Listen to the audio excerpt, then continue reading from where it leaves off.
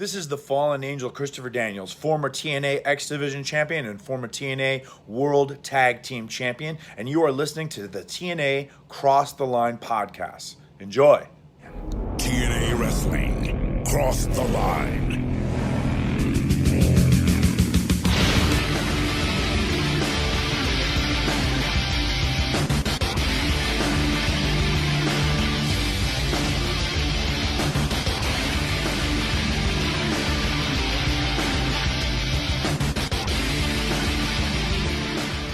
And we're back with episode 79 of the TNA Cross the Line podcast. I am Bob Colling Jr. With me, as always, is Dallas Gridley.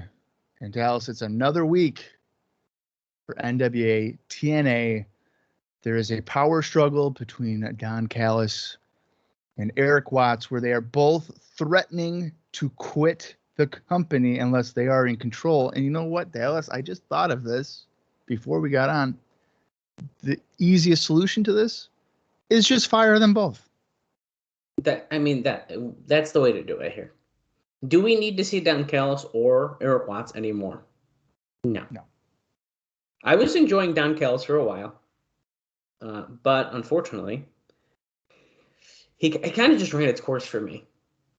And I think he started to manage. He's like the Jim Cornette in like 95. He's managing too many people. And like, I'm just sick of seeing him. He went from the red shirts to Abyss. Then he was with Jarrett. It's too much for me. Eric Watts might be growing on me. Well, okay. As a comedic character, but he's not a comedy wrestler. Right. So I kind of feel the same about that. For a while, I was like, oh my God, get this guy away from me. But then we started to have more fun with it. And it's like, even if we're some of the time was, laughing at him and not with him, it made for some more entertaining stuff. And I mean, you can't deny that the fans in the Asylum have been behind him for a while. He is Mr. Explosion after all. And then he was turned Director of Authority. And I do think they kind of put Goldilocks with him again, like brought her back with him just to try to get people to cheer him more. But yeah, he kind of grew on me too. So I'd almost rather Don Callis leave rather than Eric Watts at this point. That's what I'm thinking. And I also kind of think that maybe we are laughing with Eric Watts, because I don't think Watts is truly taking himself that seriously. I think that's okay. Okay, I see what you mean. I don't know. The past couple shows with him have been more entertaining on his end. And realistically, I feel like the main event last week with Styles and Watts against Abyss and Jarrett, I don't think it was that bad. It was a little chaotic and stuff, but really, I think it was at least mostly entertaining, which is saying a lot for an Eric Watts match. Yeah, no kidding. At any point in his career. Yeah.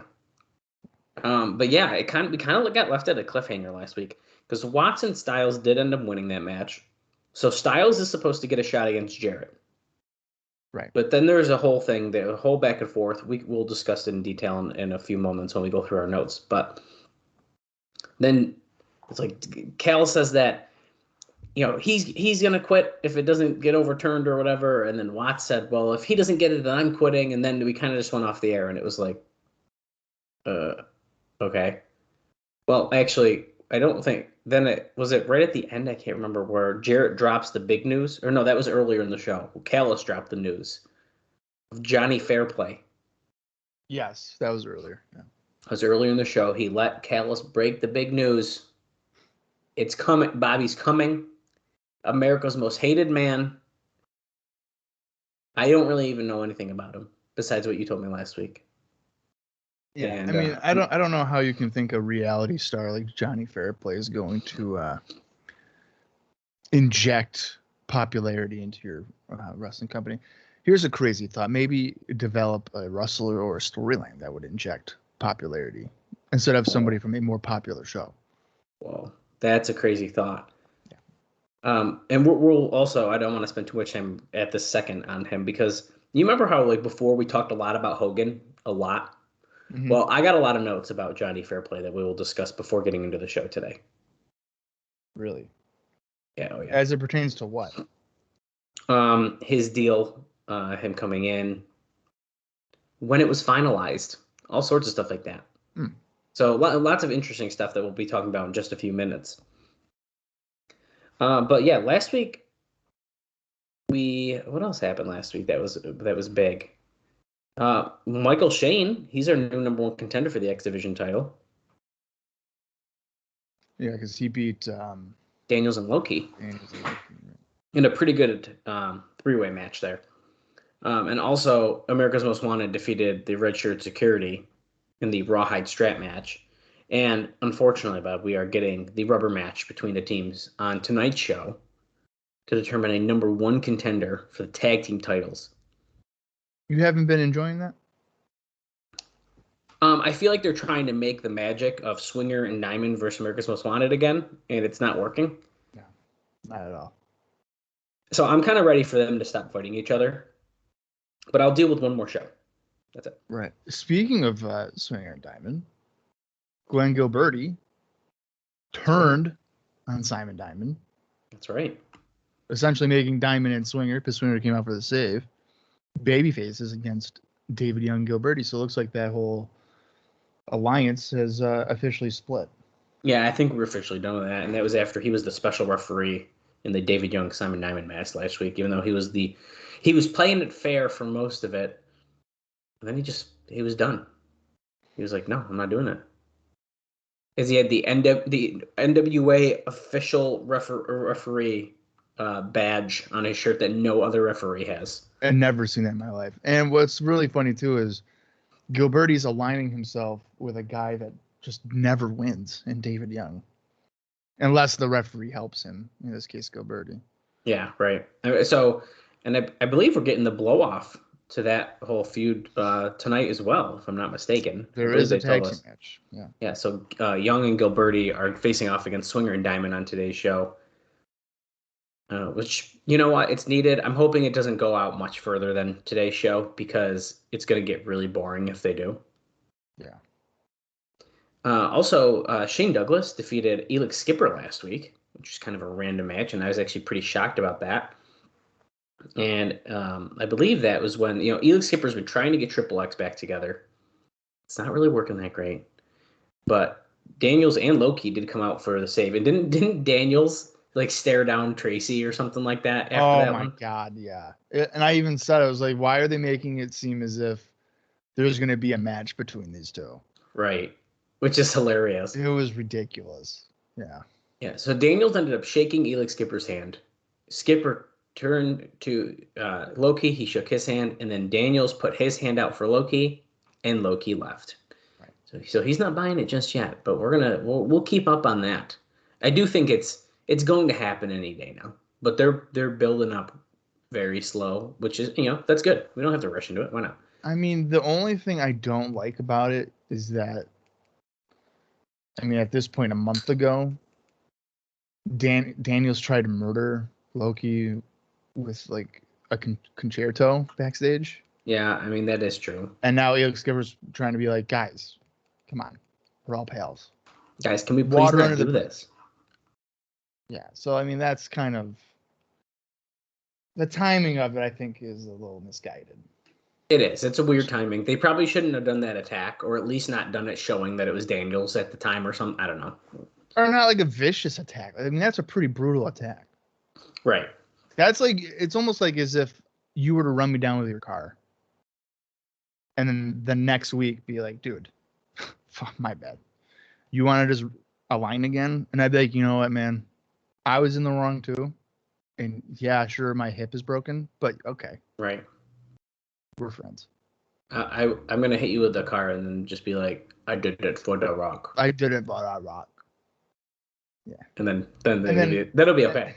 Yeah, he hits a guy with a car, and then a year later, he's back putting his ass in people's faces in the train.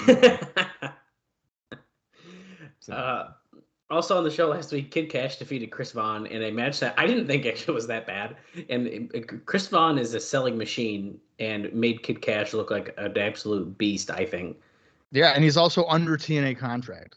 And he's under contract, so we're going to be seeing more. That is one of the most shocking things I've heard on this podcast. Not anything against Chris Vaughn, but you would think that they would be putting stars under contract. They're putting a guy on the ring crew. I mean, yeah, he is literally a ring crew guy. He's a secure. They use him as fake security, but he's a ring crew guy. I want Rick Santel to come back and be like, "Where's my fucking contract, Vaughn?" Oh, dude, they're gonna have the biggest feud of 2004: Rick Santel and Chris Vaughn. This is bullshit. How come Vaughn gets a contract? I hurt my collarbone. What has Vaughn done? Nothing. He climbed a pole for Kurt Hennig. This is bullshit. Oh God, That's what don't remind us of that. I just love that Kurt Hennig was like, "Dude, just fucking get it for me. I don't want it." He's like, "Can you get it?" Yeah, okay, I'll get the axe handle for you. Yeah.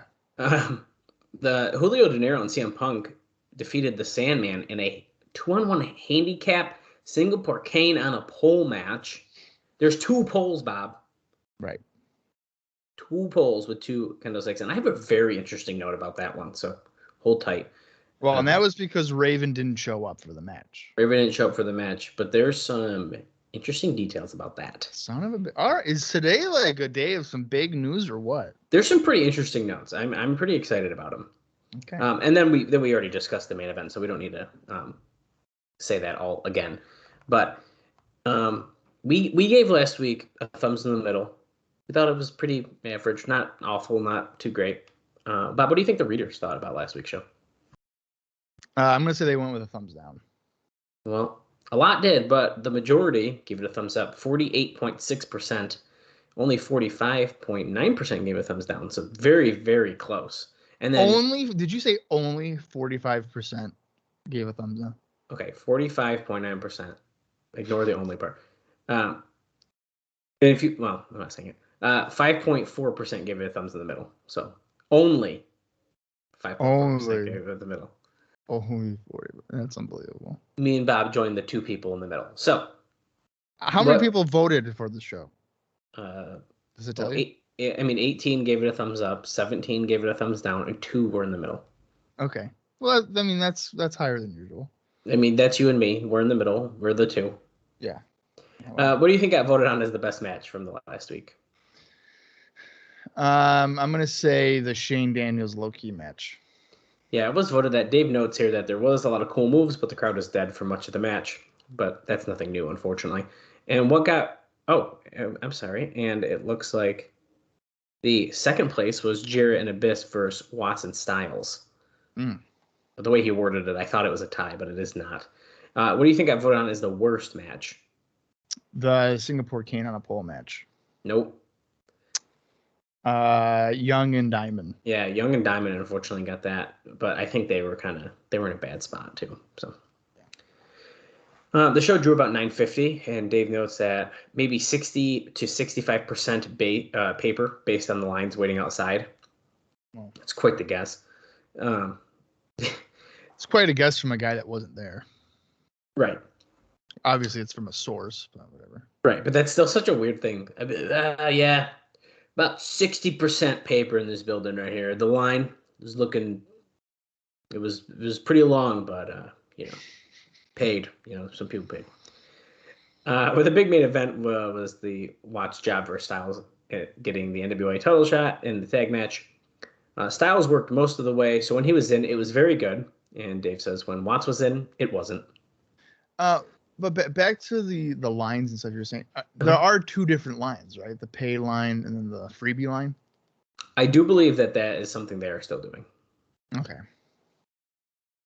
As far as I'm aware. And I wouldn't be surprised if they're still doing the gimmick where if you pay, you get in earlier, and then you get to pick your, if you paid for your GA seat, you get to pick where you're sitting better. And, right. Which I think is and watch fair. explosion and stuff. Yeah, which I think is fair. Yeah. So, we talked about what happened during the match. We already know. But Don Callis went nuts, said that he can't stand if the board doesn't overturn the decision, then he's quitting. Watts then said, if Styles doesn't get his title shot, he's quitting. Jarrett said since Callis was the one who made the fair play deal, he's too valuable to the company. Tune in next week to find out the board's ruling. And so the idea is to build for a Callis versus Watts match to get the loser losing all power on the January 28th show. Live, the angle had the most heat in the building in a long time. Fans were throwing things in the ring, which, while it's not safe, the promotion took as proof that the angle stirred emotion and worked. Callis got hit with a water bottle. Abyss got hit with something. Mantell and Tony Falk even came out. And it appeared Abyss was so mad he was about to lose it, but then he was calmed down. Yeah, I mean, I don't know if I'd say it's. I mean, I get it is the top angle, so I guess it would maybe generate the most heat, but Right. I don't know. Yeah. Interesting nonetheless.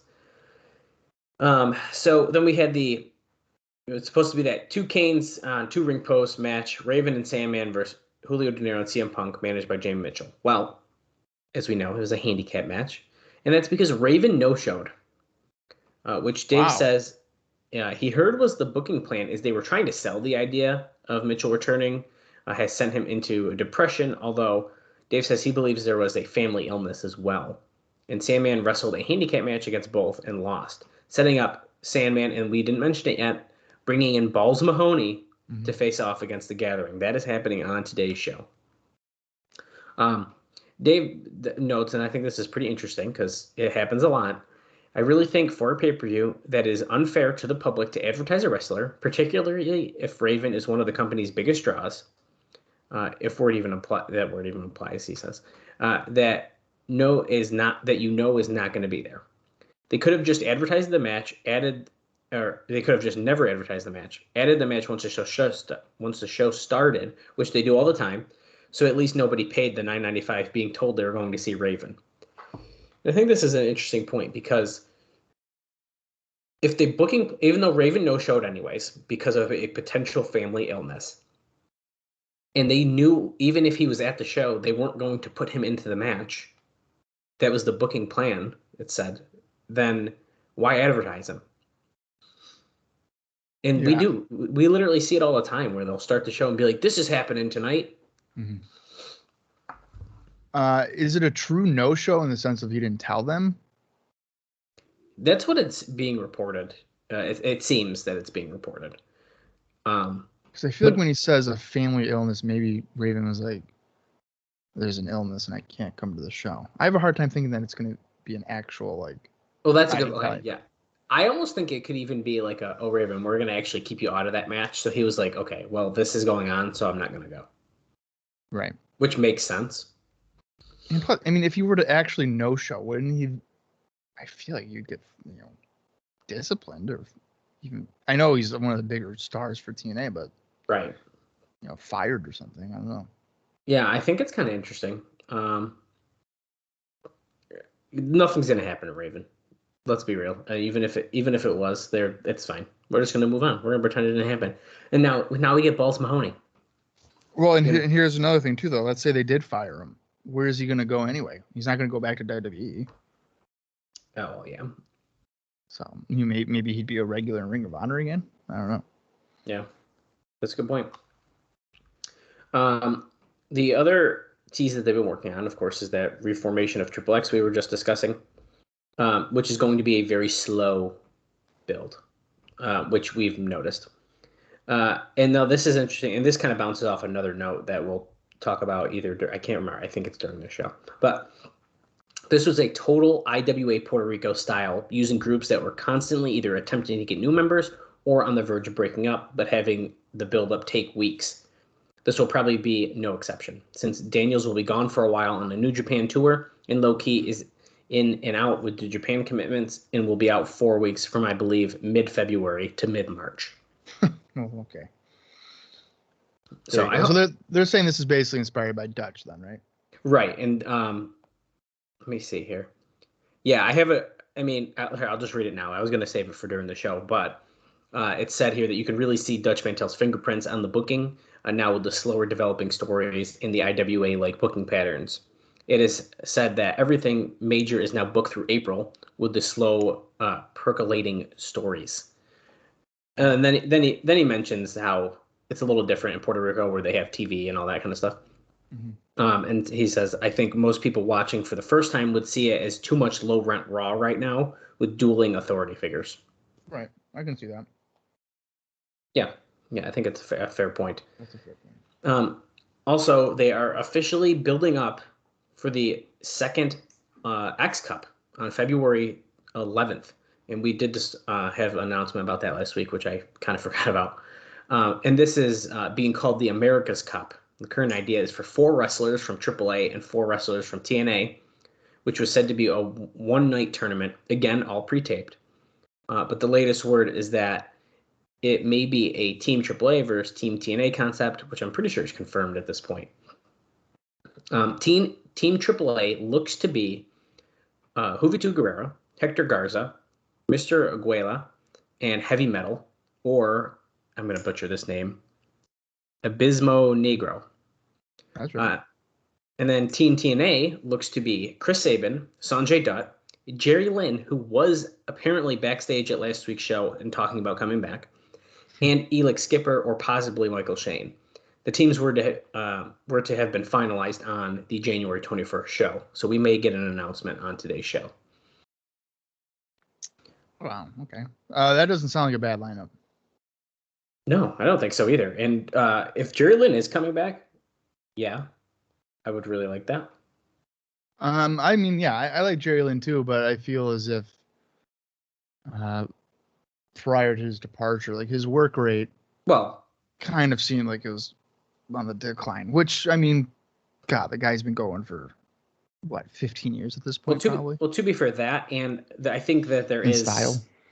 I think there is some what's the word I'm looking for? I think because of his booking situation, I don't think he was giving it his all toward the end there. You know what I mean? Yeah, he might not have. So I think that is maybe part of that. Yeah. We'll also we'll talk about some other potential AAA stars who will be coming in during the show, but I'll save that. We don't have a date yet for the Michael Shane number 1 contender match. That is not happening on today's show that we are aware of. That's pretty much the only thing from the Michael Shane match. They, of course, did that long teased breakup of Gilberti's group that we just discussed. The crowd was dead for the match and the post-match angle, but they were alive for the Kid Cash versus Chris Vaughn match. Particularly, and I forgot that this happened too, when bellringer Tiny, which Dave describes as a short, extremely pudgy, and unathletic guy who did one of the worst matches in history with Dustin Screech Diamond in the early days of the show. I mean, why are we being critical of the ring guy? I don't know. But Give me a break. But the description of extremely pudgy, I was like, okay. But again, like, why? Like, why does it matter? He's not a wrestler. Yeah. Exactly. Jesus. You gotta love the dirt sheets, man. It just makes no sense. I mean, he's just there ringing the bell. For the most part, it has nothing to do with the show, and then you're gonna throw shade at the guy. Right. Come on now. Yeah, it's kind of And I personally thought it was great. I thought it was awesome. When he was cleaning house. The crowd went fucking nuts. Yeah. They really did. And he kind of like even no-sold Kid Cash. Like on a close-up. Right. So I was like, hell yeah. It was good shit. Yeah, so I don't mind it. Good for him. Yeah, I agree. Kind of bouncing off of the X Division stuff. So there's also some. This is in Alvarez's, or of whatever his thing is called. He kind of has some different names that might be involved in the X Cup tournament for Team AAA. So according to AAA TV, it claimed that the 4 guys heading into the X Division tournament would be El Zorro, Psychosis, not the one from WCW, who wrestles as, is it Nicho these days? Nicho, I think it is. But Antonio Pena's AAA version, who still has his mask, Heavy Metal, which we did just mention, and Abismo Negro, which we also just mentioned. So those are the names according to what he's saying is on AAA TV is claiming. We'll see for sure.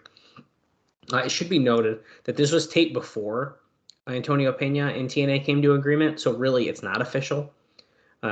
Alvarez says that I would strongly suspect that Juvi would be one of the guys unless he happens to be working in Japan at the time, where he's over right now. And the show claimed that 4 of them would be in Nashville on Wednesday, which would lead one to believe that they're making a pay-per-view appearance. So we will see what happens. with that. It's very interesting what's going on with that, I would say.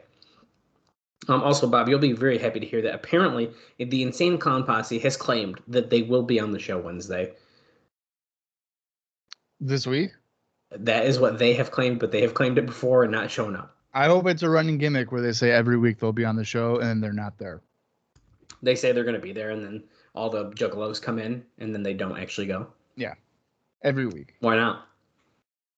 I have one more thing before some of this Johnny Fairplay stuff, and then we will be getting into the show.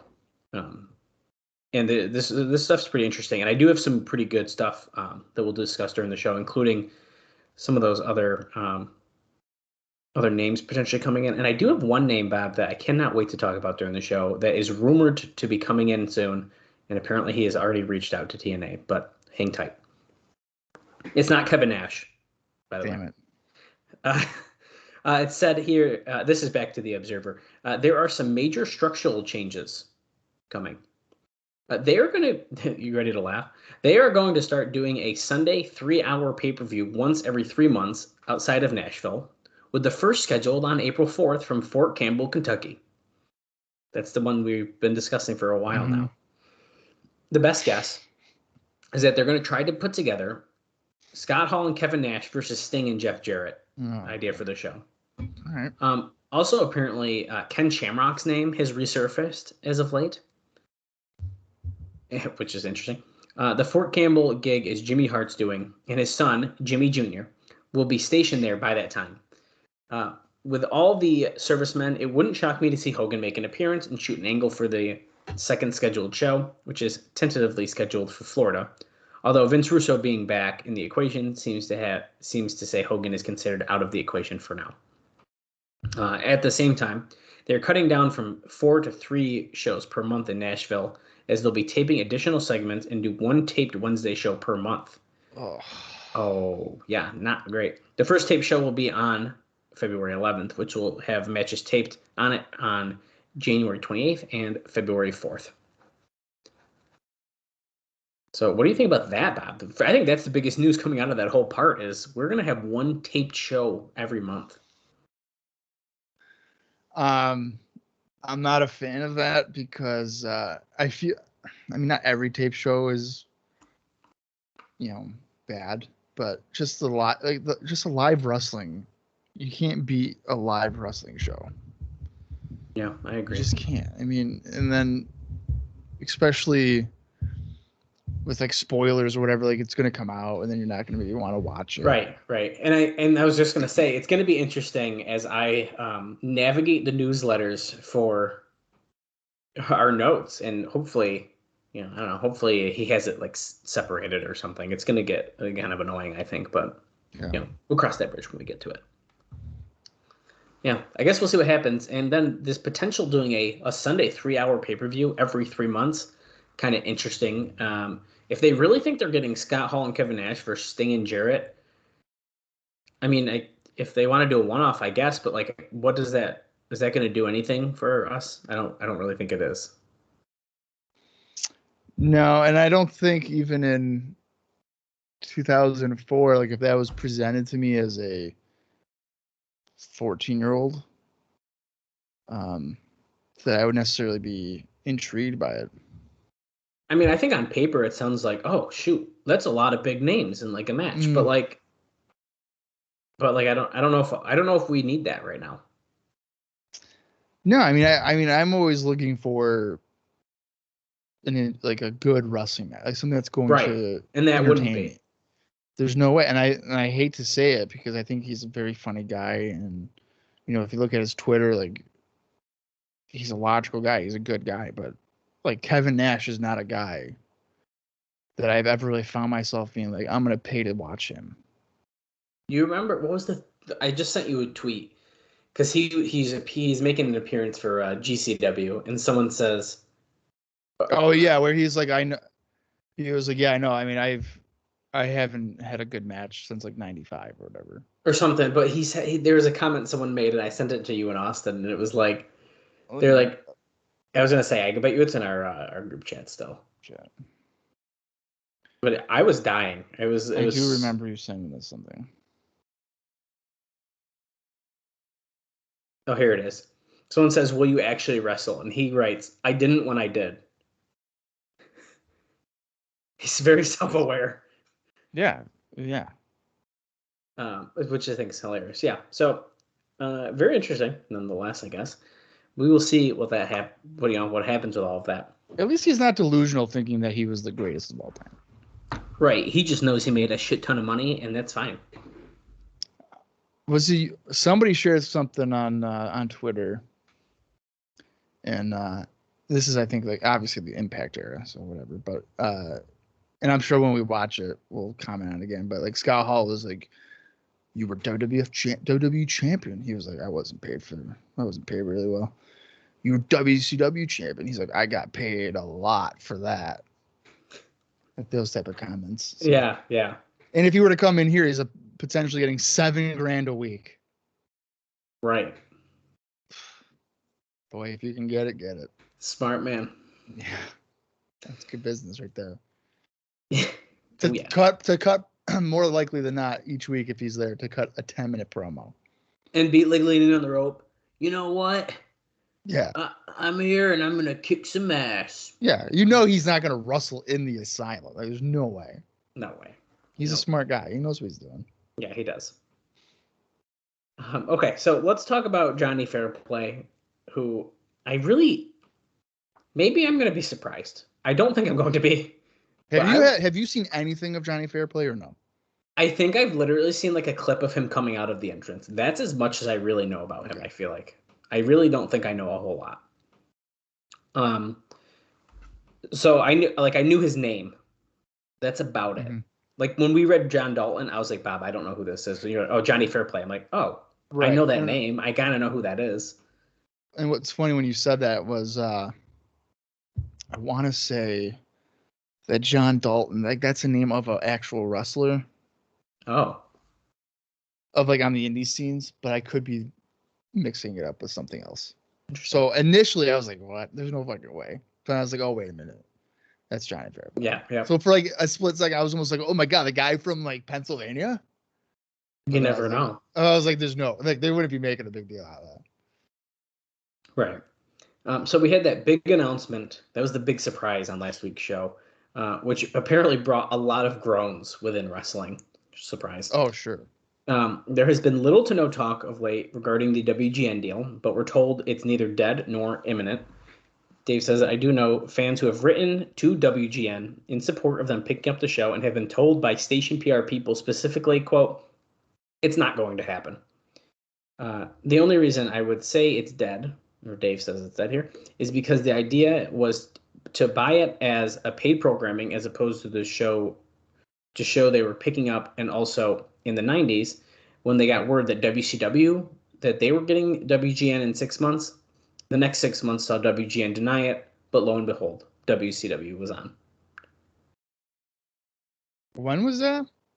He says that was in the 90s. For WGN. Yeah, apparently it must have been a syndicated show. It must have been.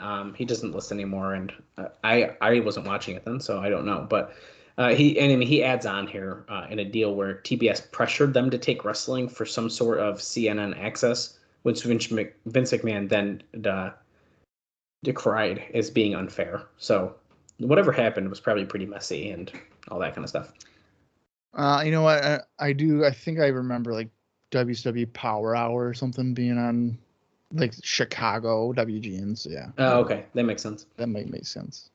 Also, the Dalton deal wasn't finalized. Listen to this, Bob. Until 7:30 p.m. the night of the show.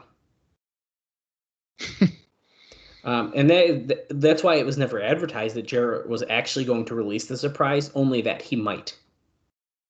Bob Ryder was the point man in the deal, negotiating with Dalton's agent. And just for reference, Dalton's agent is someone whose main credential is that she's the agent for porn star Ron Jeremy. And we know how great Ron Jeremy is. Yeah, Jim's guy. Yeah. Dalton's side kept trying to add new points in to the deal, supposedly due to them hearing Dixie Carter say, quote, give them what they want, let's make this deal happen. And he was doing that up until the last minute. Russo had been wanting to book Fair Play stuff, and the current plan is to work him into a program with Roddy Piper. We did discuss that last week as well. We've had totally conflicting reports on financial figures, but it is believed to have been a one-year deal. There was plenty of skepticism internally, and the lack of crowd reaction to the announcement didn't help. If this will be good or bad move depends entirely on where they get the mainstream pub out of it, and we'll know that within days. TNA has attempted a major media blitz, which looks to have been a failure. And then kind of bouncing around there a little bit, but Dalton's side promised them he could get another appearance on Stern, and TNA would die to be discussed on that show. If the financials aren't much, then it's not like it's going to be a big flop, and for TNA, which needs to do anything to get noticed, it was probably a risk they had to take. If the financials are high, well, it was a big risk that doesn't look good. I'm surprised that it's like a year. I thought it was going to be like 3 appearances or something, but you're telling me for a whole year? I guess, man. That's a rumor. That's a bit surprising. Yeah, I got a couple other like quick things here about this. Because Dixie Carter, there was like a press release with this, of course. Of course. TNA Dixie, and this is actually in Alvarez's side, so now we're switching from the newsletter to here because they also talk about the deal. But they're basically, he says that the announcement was supposed to be the WGN thing, but it's not, which we just sort of touched on. But TNA President Dixie Carter explains, quote, based on the reaction Johnny drew from 20 plus million viewers weekly, there's no doubt he will ignite both controversy and intrigue each week on TNA's pay-per-views. And then it continues, TNA is a wrestling company that is going to the top, and I'm going to take them there, boasted Dalton. And then also in the press release, he was called, quote, the man America loves to hate. And Alvarez says, the problem with this is I know a lot of people that were huge Survivor fans, and I also know a lot of people who knew him when he did wrestling stuff here in the Northwest. With maybe one exception, not one person I've ever talked to has loved to hate Mr. Fairplay. They've all hated him with the kind of passion that is known in the business as the, quote, wrong kind of heat. Mm-hmm. And I cannot imagine any of them paying $9.95 to hate him. I suppose that he could get some mainstream attention, but realistically, a former Survivor guy showing up on TNA Pro Wrestling is a lot less interesting than a one-legged dude doing high-risk pro wrestling moves. I agree with all that. Yeah, it's pretty interesting. I think it's funny that he said that he'll be the reason why TNA goes to the top. Yeah. It's like he's Hulk Hogan. Like, give me a break, dude. He's not about to wrestle. There's no way. He'll be like a mouthpiece for somebody or, whatever, and that's it. With like Jarrett or some crap. Mm-hmm. Yeah. But yeah, that's we'll see what happens. I don't know. I'll leave an open mind for now, and that's maybe because I don't really know who he is, so like I feel like I can be a little bit more open with how much I could hate this guy right now. But I feel like a lot of the time these kind of things like rub me the wrong way. Yeah. Of like bringing in like a reality star person and then trying to make him a big deal and then or have him do a match and then I just usually don't like it. I think it's tough to have a celebrity or athlete enter the pro wrestling world and do it successfully. Obviously, it's been done, but I feel like there's certainly exceptions. Yeah, I think more times than not, though, it's difficult to have it be successful. I agree. But with all of that, let's talk about Explosion quick, and then we can get into the show, Bob. That's all the news I got. We have a couple things to go through the show. I don't have a whole ton, but there's some pretty interesting points nonetheless that we will discuss during the show. All right. So according to Cage Match, this is Explosion number 63, and it was filmed on January 1st, 2004, and it aired on January 24th, 2004, and it featured the following 3 matches. Chris Sabin defeated Seth Delay. Seth Delay. Abyss defeated Chris Michaels. And then the main event featured 3 Life Crew, all 3 of them, BG, Conan, and Ron Killings, defeating Delirious, Jared Steele, and Masada. Then also, there was 2 other matches that took place. and that is because they have taped future explosions. But since it happened on the show, I'm going to mention it now, and you're going to hear the names within the next couple of weeks. I already kind of looked ahead, but Okay. it happened at this show, so I think we're going to at least mention it here. And that's that Don Harris defeated Nate Webb, Trinity defeated Daisy Hayes, and AJ Styles defeated Gabriel. And like I said, those are for future explosion tapings, which we will discuss again. So you will hear those matches again. It's kind of weird to me. I mean, I know they're not like a multi-million or like a billion-dollar company, TNA, but they're owned by a like a billion-dollar company, and Energy, and they're already cutting costs. Yeah, the taping thing. Yeah. Yeah. I mean, I know for the majority of their existence, they tape their programs, but not like pay-per-views, right? Not usually. I mean, if you look current, they have day, like specials, I guess. But yeah, current day, they obviously do Impact tapings. Impact's never live anymore, ever.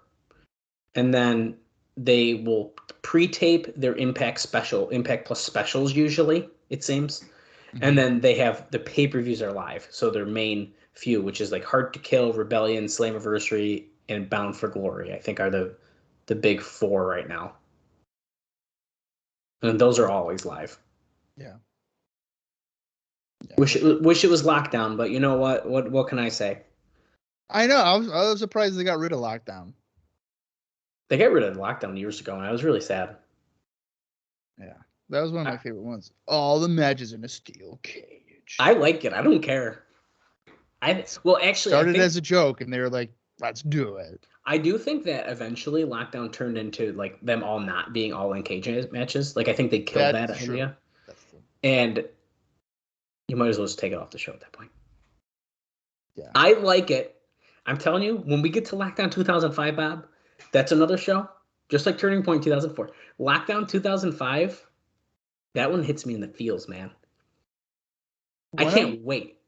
I cannot wait. One of my favorite things though about lockdown, and then we'll get into the show because this doesn't really matter, but they have all these cage matches, whatever, and then like 2 months later on like fucking Victory Road, they'll be like a cage match. Well, yeah, well, they do like, shit why like didn't that. you just do it at lockdown? No, they shouldn't. They shouldn't do that. They should not do that. Or like 3 weeks later on Impact, they'll be like, these guys are in a cage match, and it's like, dude, what are you talking? Or like right before the pay-per-view, it's like, oh my god. If you do an entire payper-view of cage matches, you probably shouldn't do any other cage matches for a while. For at least, yeah, not within the same like couple months buffer on each side. Yeah, like let it breathe a little bit. But no, they're just like, fuck it, cage match. We're gonna do one on Thursday, cage match. Fuck it, let's do it.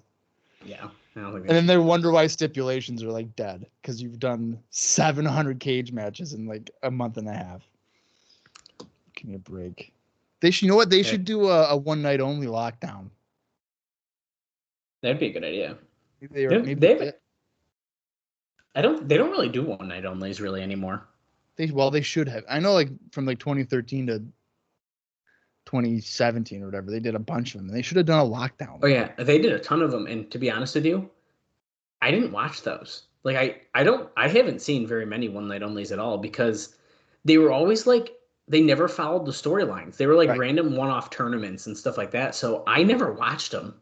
I know it sounds bad because I'm like a diehard over here, but they just never like drew me in. I was like, why do I want to watch this pay-per-view for you win $10,000 and it's like or the wild card tag team tournament. Right. I'm like, I don't really care. And I've heard for the most part that they suck. I wouldn't be surprised. I think there's a couple like cool ones that stand out, like when they did like the first Knockouts Knockdown. I mean, they're doing all women shows, and now that's a more common thing that companies are trying to do, and like that kind of stuff is kind of cool. But and then they turned, of course, Global Force Wrestling into them. But we could dive into this for a whole show if we wanted. Yeah, to. we got it. We'll get there. Let's get into the show, Bob. I cannot wait to find out what's going to happen. And you know what else we didn't say? Are we going to find out who El Leon is? I don't know. This is the type of stuff I love, that you legitimately don't know who El Leon is. That you know of. Okay, let's get into the show, Bob. Damn it, maybe he does know. All right. Well, it's the January 21st, 2004 NWA-TNA weekly pay-per-view. Technically, it's 78 for them, but it's episode 79 for us because, Correct. Year in review stuff or whatever. So I'm going to count down from 5. And when I say play, if you want to follow along, head over to Impact Plus or in your own personal collection, however they might be. I don't know.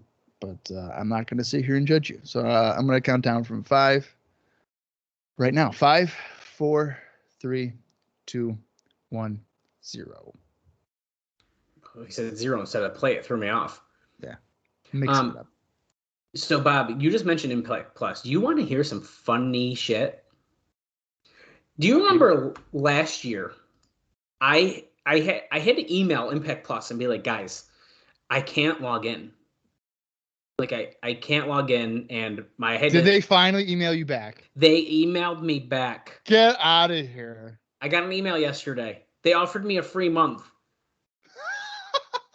Dude, how long has it been? Let me check the email. We got a highlight package going on now, guys, so you're not missing anything as I try to find my Impact Plus email. I couldn't believe it. I thought it was spam, dude. We'll give you a free month after not communicating to you over a year. Has to be over a year. I guess it must have happened over a year, but so my email actually was sent. So it was I'm exaggerating a little bit, but it was November 21st. Actually, wait, sorry, it is over a year. Oh my God, November 21st, 2020. Yeah. Oh my God, wow. They emailed me back. Customer service, you gotta love it, man. They emailed me back yesterday, so January 8th, 2022. Oh my God. We apologize for the delay in responding to your inquiry and have put the proper system in place to ensure this does not happen again. As a subscriber to Impact Plus, your satisfaction is our top priority.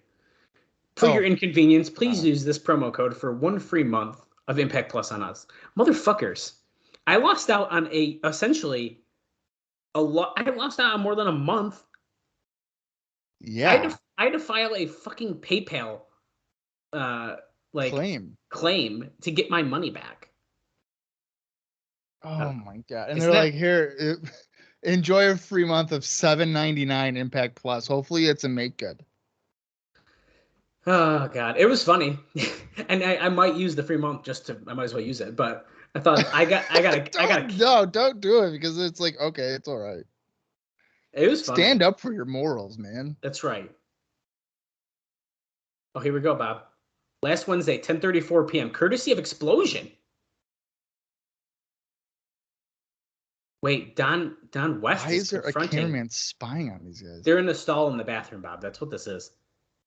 Is that the sex locker room? No, that's Red. So Don West is confronting Mike Tenay, saying, you kind of crossed the line, man. Like, you kind of went... Tenay saying, my job's at stake, your job's at stake. And you want me to stand there idly and let that shit go down? Oh, Don West is looking at him like, holy crap. Here's Eric Watson, Goldie. Eric Watson saying, AJ Styles, he will get his shot. You're stepping down. Good down. Bye-bye. What the fuck? Jarrett, Abyss, Kid Cash, Red Shirts, and Don Callis are in a fucking party limo. It's their Sweet 16. Abyss, dude. Abyss of all people is in there. Look at him. Abyss in a party limo. They're going to party with Johnny Fairplay tonight, they're saying. Really? They're all fist bumping. The man America loves to hate. Oh, here we go. The following is an open letter from the ownership of TNA Enterprises, LLC. For months, TNA management consultant Don Callis and the NWA's director of authority, Eric Watts, have been divided over a struggle for power. Last Wednesday, that battle escalated to unprecedented heights due to unfortunate circumstances. Both Don Callis and Eric Watts have demonstrated an inability to coexist. The situation is obviously not productive for TNA, its employees, and its fans. The division must cease to exist. The two will not only settle their differences, they will literally fight for their jobs next Wednesday. The loser of the match will be forced to resign. There must be a winner. There will be no disqualification and no countouts. Pinfalls may take place anywhere in the TNA Asylum. Due to the high-stakes nature of this match, all contracted wrestlers may watch from ringside to prevent interference. Those wrestlers will be handcuffed in pairs. Okay. So Don Callis versus Eric Watts on Wednesday, January 28th, with their jobs at stake. May the best man win. Wow, Bob, big announcement already for next week. Yeah, I was going to say, and that's for next week already. Yeah. And here's the Macho Man song to open us up. I would like to point out during that little video that Mike Tenay was actually voicing over. They were playing the other song that is in the intro of our show as well. So I thought that was kind of interesting. So that one's not dead. It's still there. Are you ready? Listen, this song's fun. And I like that it's like a TNA rap song. TNA's got it going on. But I like the other song better. Are you ready? Are you ready? Are you ready? I actually can't believe there has been no notes in the Observer like, hey, Randy Savage is singing the theme song to TNA. Well, they clearly don't care. They don't like good things, which would be this. Yeah, I don't know. I'm just kind of surprised about that. Are you ready? They show a clip in the intro here of Jarrett smashing the guitar over Chris Harris from the last show of 2003. And they clip in the audio of him going, "Oh my God." I'm kind of surprised that they haven't. Bob, listen, the crowd is chanting ICP. There's tons of juggalos again. And Bob, how many people do you think are in the crowd right now? I'm going to say 1,100. Nope. More. 13. Close. 1,250. 1,250. Okay. Because it looks like it's packed in there again. Eric Watts, Goldilocks in the ring with the NWA flag. The crowd is going ape shit for ICP right now. Look at all the juggalo face paint behind them. Faygo. That entire side is ICP.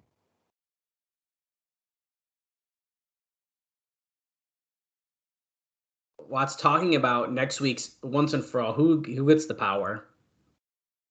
I can't believe we're opening the show with an announcement for next week. That's pretty surprising.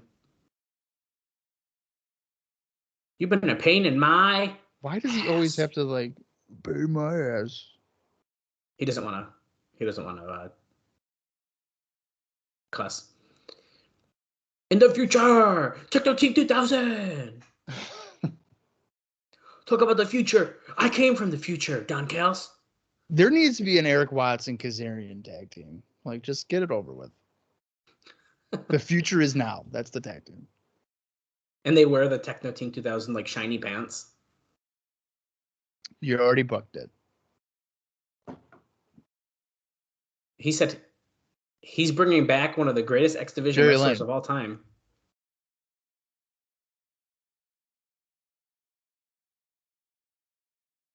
Jerry Lynn, dude. The crowd was started. I don't know what they were chanting. It must be some ICP shit because they were not chanting for Jerry Lynn. Dude, I'm pretty fucking pumped that Jerry Lynn's back. Don't cut to Eric Watts. Cut to Jerry Lynn. Yeah, go to Jerry Lynn. Why are we ruining his return? I'm really glad Jerry Lynn's back. Listen, I know he was a little down before, but I think maybe this is what he needs. Get Super X Cup and all that. I don't know. I'm excited. Didn't TNA insult him though too with something? I feel like I forgot exactly what the deal was. Was it something about money? He asked for more or something they didn't want to, or something like that. Something pretty dumb, I think. So it was dumb, and he had I think it left a pretty bad taste in his mouth. Yeah, it did. So yeah, I can't remember what it was.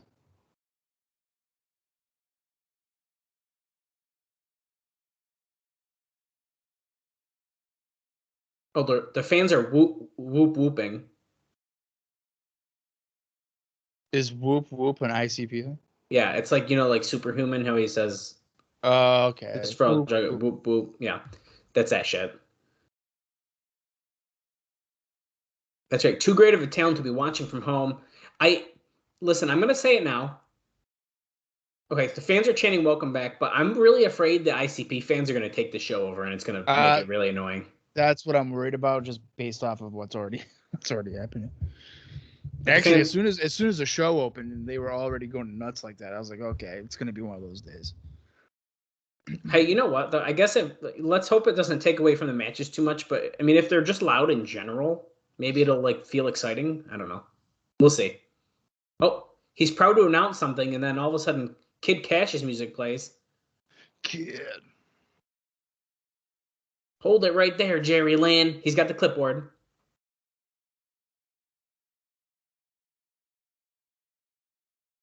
My ears freaking out over here. But there's no shell necklace. Yeah, what is up with that? 5 months. Wait, Jerry Lynn's really been gone for 5 months? Yeah, probably what, August? Dude, that is nuts. I feel like his last thing he did was kind of with Skipper. Was there? Yeah. I'm gonna look at his last match just for a reference point here. That's insane, dude.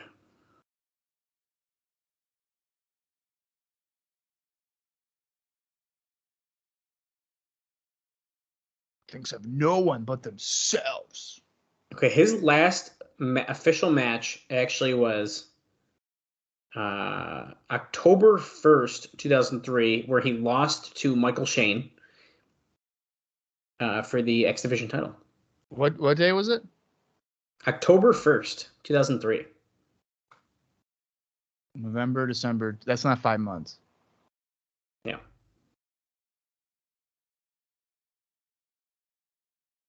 Oh, so we're like almost at 4 if you count the rest of obviously October, because it was the first day of October. But right. The crowd is like chanting something and cursing, so there keeps beeping shit out. Yeah, that's what I was assuming too. Kid Cash saying, I single-handedly put the X Division on the map, which is funny because kind of Jerry Lynn did that, but no big deal. Yeah, gotta get that heat, baby. Him and AJ Styles, really. For your tiny spear, love that sign. When he was a nobody.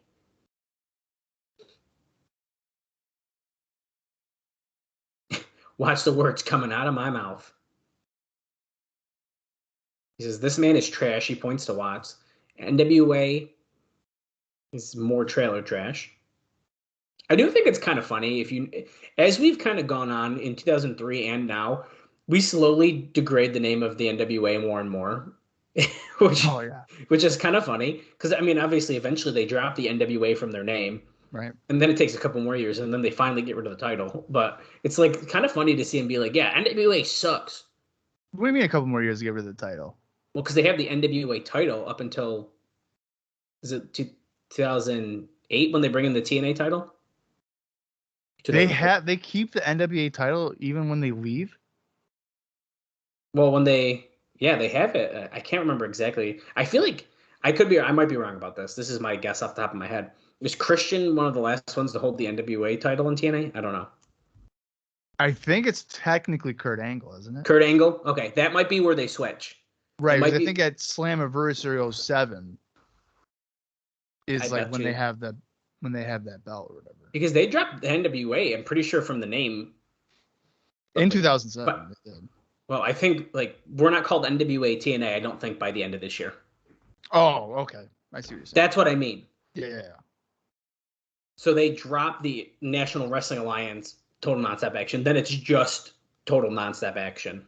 Right, but they still address it as the NWA Championship, right? Correct. That's what I mean. And then they drop. So then it takes a while for them to finally drop that. Oh, okay. Yeah. That's what I mean. So like we have this slow transition of like we drop the name and then we keep the title, but then we drop the title. But as we're still shitting their name on TV, which is I think kind of funny. Right. I know he's a heel and it's a storyline, but I just think it's interesting. Yeah. It's interesting to see that happen. Yeah.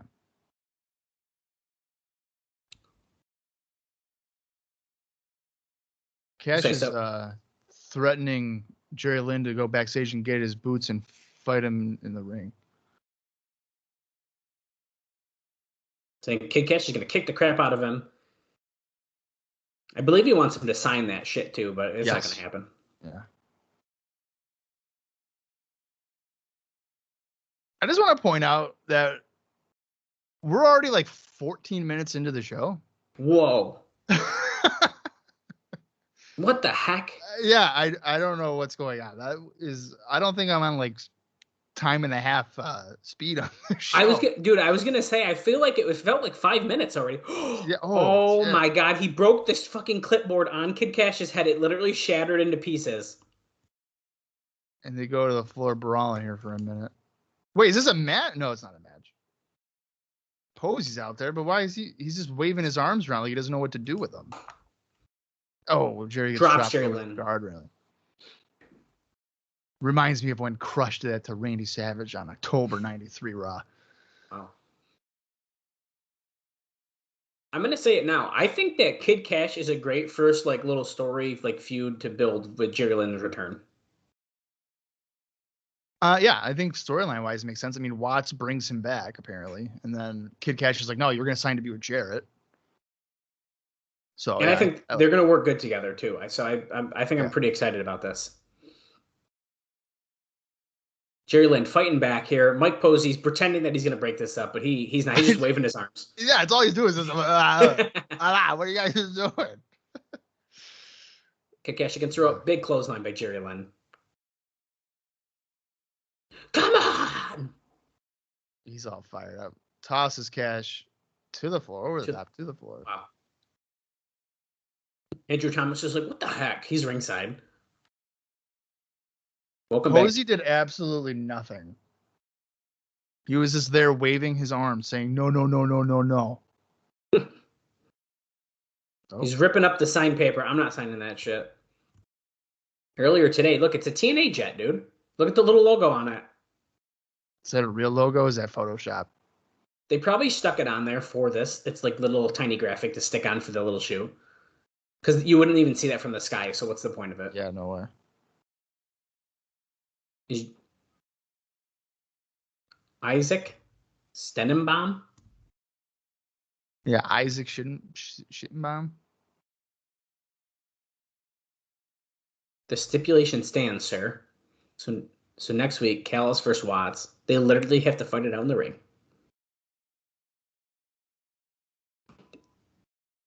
What the heck? What they censor right there? I don't know. Tom Stittenbaum. This is his brother Isaac. Tell Tom to call me in the morning. Is Jarrett wearing like an OG shirt right now? Like a Wednesday pay-per-view shirt? The white one from like the first show? Yeah, he is. Yeah. I like how they're completely ignoring the fact that Don Callis is a former wrestler. See, I forget about that too, though, to be honest. So that is kind of... I know, but he's like, I can't do this. I've never wrestled before.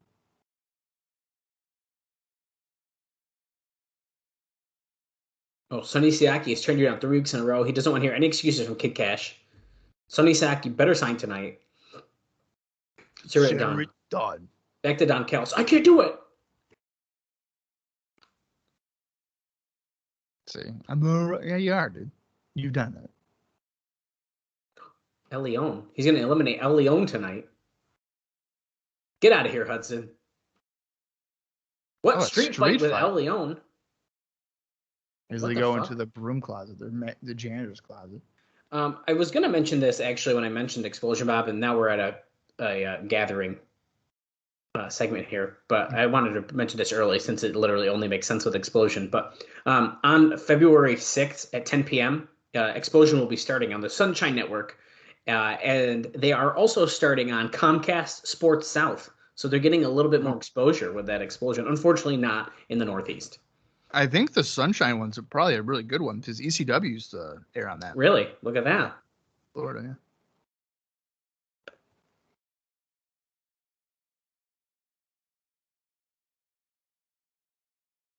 So we're seeing about Sandman being beaten down with the kendo sticks by the Gathering as James Mitchell is on their side.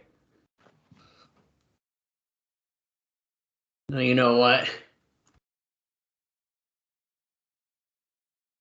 So what I'm gonna do?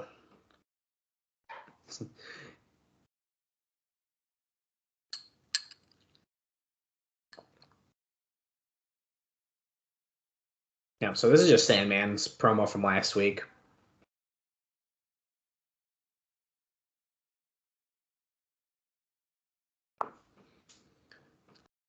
Bob has left me alone, and I just Sandman talking. I don't really know what else to say. He's bringing balls Mahoney. Mitchell saying, you're chair swinging freak. You like to roll around thumbtacks for fun. Punk and De Niro are going to beat them at their own game. Anyone who sides with Raven gets screwed.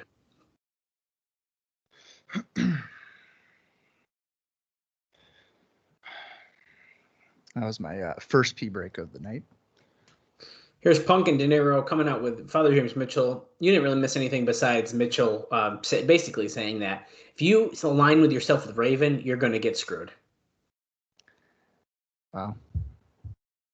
I don't think that's inaccurate, really. Yeah. If you kind of look back at it. Let's see here. Oh, there's nothing going on for Punk on the indie news here. I didn't even bother. I'm not going to even incorporate Jerry Lynn because we didn't know he was here to begin with. Well, you could. Well, what about what he's been? Has he been up to though? Has he been doing a lot of stuff about TNA or what? All right. Well, I can look that up in a minute. Let's see. Julio De Niro. He's been doing nothing either. Sandman into the sea of juggalos. I can look. I'm sure Jerry Lynn's been fucking busy. I mean, that guy's usually everywhere. Bob, are you a Faygo fan? Do you like Faygo? I don't know what that is. It's a soda. See, I thought it was. I hear there's quite the following. Really? Yeah, I hear it's not that like bad. Even still. Oh yeah, it's a thing. All right. Well, as you mentioned, Jerry Lynn, we haven't seen him since October 1st. I'm only going to maybe mention things of note here. Oh yeah, even just like where he's been, like what he's been up to. Yeah, so back in November, he was in the Ted Petty Invitational. He made it to the quarterfinals where he defeated Michael Shane in the first round, but lost to AJ Styles in the quarterfinals. Wow. He's been with 0-1. That was back in December. He had a little tour there. He lost to Sabu in 3PW back on December 27th of 2003. He was part of MLW's final two shows for their first run, where he lost to Michael Modest on January 9th, but then defeated Teddy Hart on January 10th. It looks like as of this moment here in TNA, he is actually the IWA Mid-South Heavyweight Champion because he defeated Danny Daniels on January 16th at a matter of pride. And he then successfully defended that title against Ace Steel the next night on January 17th. You say Ace Steel? I did. I just saw that Ace Steel opened up a pro wrestling tee store. I was like, oh my God, do I need to buy an Ace Steel shirt? You do like Ace Steel. I do like him, so I was pretty happy to see that. Although I don't want my credit card information to be stolen. Use PayPal, everyone. Be safe. Right. Here's actually an interesting match. I didn't even know that this is really even a thing. Jerry Lynn teamed up with Samoa Joe in a losing effort against the Ring of Honor Tag Team Champions, the Briscoe Brothers, on January 29th. That might be actually an intriguing match to watch. Actually, that actually happened after the show. Okay, so Bob's getting ahead of himself. So now I'm getting excited talking about it. Well, I would like everyone to know all of that Jerry Lynn stuff. Sandman just finished his entrance, and now Balls is about to come up. Isn't that crazy? All right. Well, Balls Mahoney, speaking of which, he most recently, another kind of bizarre match. Well, they're actually going at already. De Niro hitting Sandman with some kendo sticks. But he lost to Samoa Joe in a Ring of Honor World Title match on January 9th at the JAPW Ring of Honor joint show A match that went 16 minutes and 21 seconds. Jeez. So if you like Balls Mahoney, by God, watch that match with Samoa Joe. And then for Sandman, there's nothing. He hasn't done anything. Wow. At least according to Cage Match, he hasn't done anything. So You can't open the beer with Sandman. There we go. you got it. Easy dub. Easy dub. Balls looks very weird right here. Did he dye his hair like a weird color or something? Balls Mahoney? Yeah. It looks like it's like purple. Yeah. And he's wearing a very weird like purple singlet underneath his what we used to be shorts. Yeah. So this is under Texas Tornado rules, we were just told. So this is going to be nuts. Thank God. Well, it kind of should be, right? Oh, wow. Look at that. Set out kind of a spine buster by Balls. That was pretty nice. During Sandman's entrance, TNA did make reference to the Insane Clown Posse. There was huge parties in the parking lot with the Juggalos. I missed exactly what was said, but I did hear bits and pieces about that. So pretty interesting. So they are not ignoring the fact that the Insane Clown Posse has been said they were going to be here. Hey, but when are they going to? I don't understand how they're going to incorporate them. I have no idea.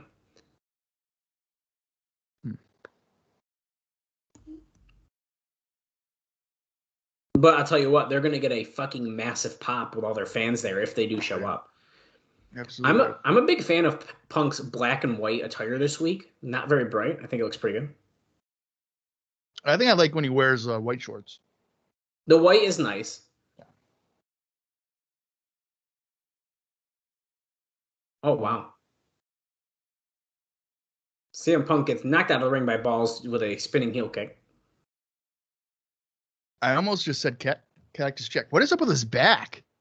Is it scars? I don't know. It did look pretty fucked up. It's either scars or it's hairy as fuck. I can't tell.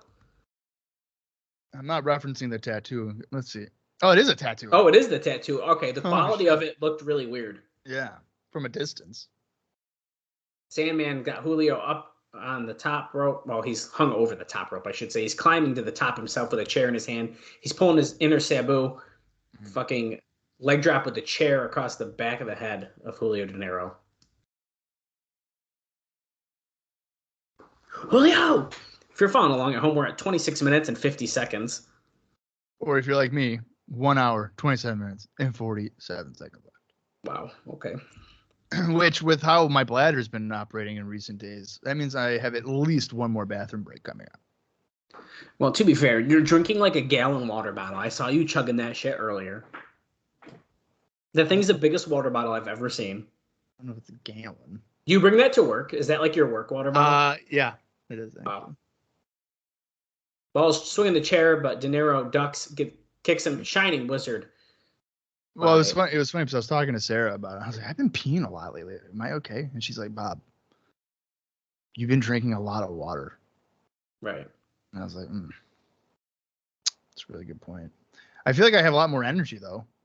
So that's good. Wait, Side Sanjay slam Dutt, elbow Elix drop. Skipper, Jerry Lynn, and Chris Sabin. That is our...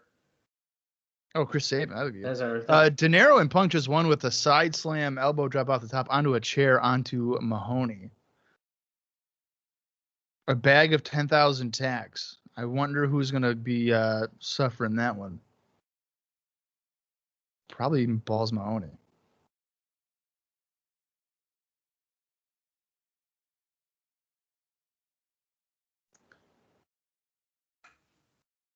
Well, the first week was a handicap match, Punk. I don't know if we can really count that. the lights are... Are the lights going out? I feel like that was a bad production thing. It just said, quote the Raven 3 times. There's like a flashing light. Is this Mind Games or something? He's not coming out. Oh, what's happening? There's some weird noises. There's no way they're fucking this up, right? No, I think this is the point. Yeah, that's what I think too. They're chanting Juggalos. See, they're taking over the show. They don't care about this angle.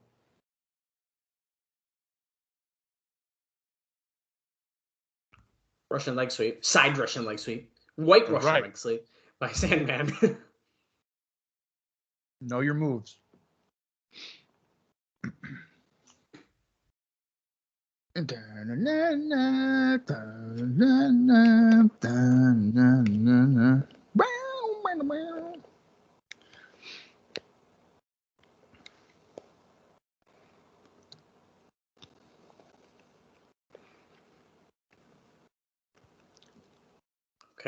Oh yeah, the internal problems match. That's what they called it. That's what they called it. Because we're getting a video package from that. So Bob, what do you think about Balls Mahoney's debut here in TNA? I actually don't think it was that bad.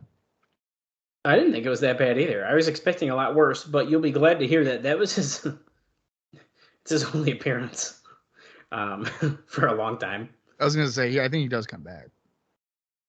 Yeah, he comes back in what here, 2010? Probably the hard. Yes, with EV 2.0, and he But comes isn't he, back like, as Cojones. Cojones, yeah.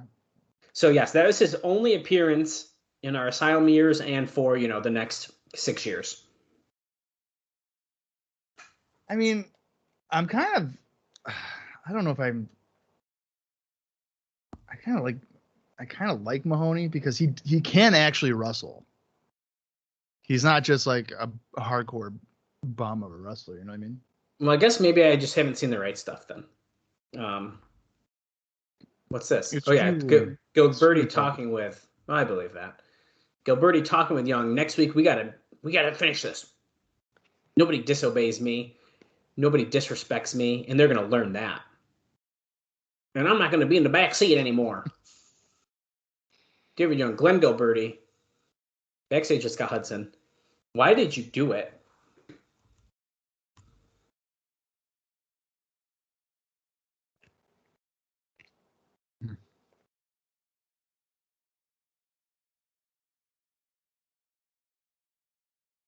I took him to the top. Without me, they'd be nothing.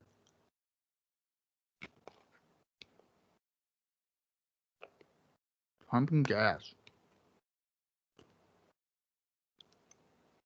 I gave them the opportunity to be part of a cohesive group.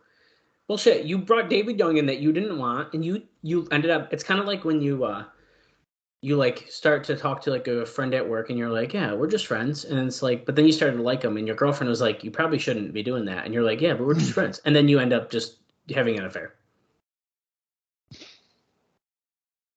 Are you saying David Young's the coworker he's having an affair with? Dude, he kind of was. He brought him in. Swinger and Diamond were like, I don't know about this guy, and he's like, no, come on, he's fine. He's fine. Have you experienced this, Dallas? Have you had an affair with a coworker? No, but it's a good story. Good analogy. Glen Gilberti, David Young. The light is making them look jacked, but neither one. I mean, they're in good shape, I guess, but they're not shredded. I mean, like David the light Young is making does. them. Yeah, David Young does look in better shape than I recall him ever being in. Glenn is actually looking pretty good. Although he's out of his peak during his main event run. We're trying to win the title. I kind of feel like David Young is sucking in his belly and he's pumping out his chest a little bit. He probably is. All right, April, we get it. Speaking of pumping out chest, there's April. Yeah, we get it. Put your tits away, all right? Anytime Swinger and Diamond are on, I'm happy though. So here we go. They just feel like a badass tag team. Like their music and just everything about them. Their music's wicked good. I do like their music. Oh, they're going to get right to business. They're taking their jackets off. They're booking it. Let's see here. Simon Diamond do anything? Oh, that's a good point. Gilberti did bring in Diamond and Swinger to eliminate America's Most Wanted 6 months ago, TNA says. And here we are. And they've already broken up. Double flapjack by Diamond and Swinger to David Young.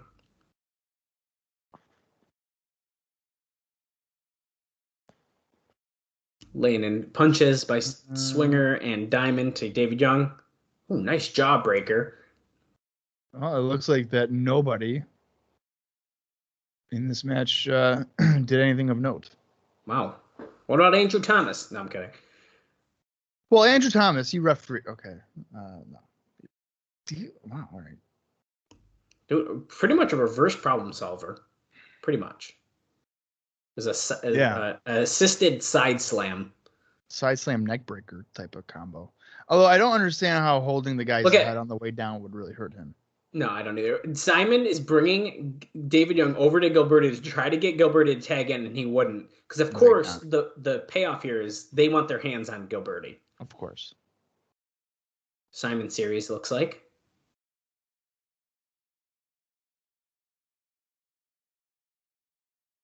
Front suplex. Finishes it off. Push Simon Diamond, folks. Let's go. I'm telling you, I think I could get into a little bit of a feud with Jarrett for the title. I think we could get there. I really do. Spinebuster by David Young. Now Gilberti wants the tag because, of course, Diamond's hurt. So right. Typical heel heat stuff here. Revolutionary type of heel work here by the Disco Inferno. Slapping the head of Simon Diamond. Hit me on the jaw. I dare you, Glenn. Keep doing it. Gilberti off the ropes. Swing neck breaker. 1, 2, kick out by Diamond. Here comes David Young once again.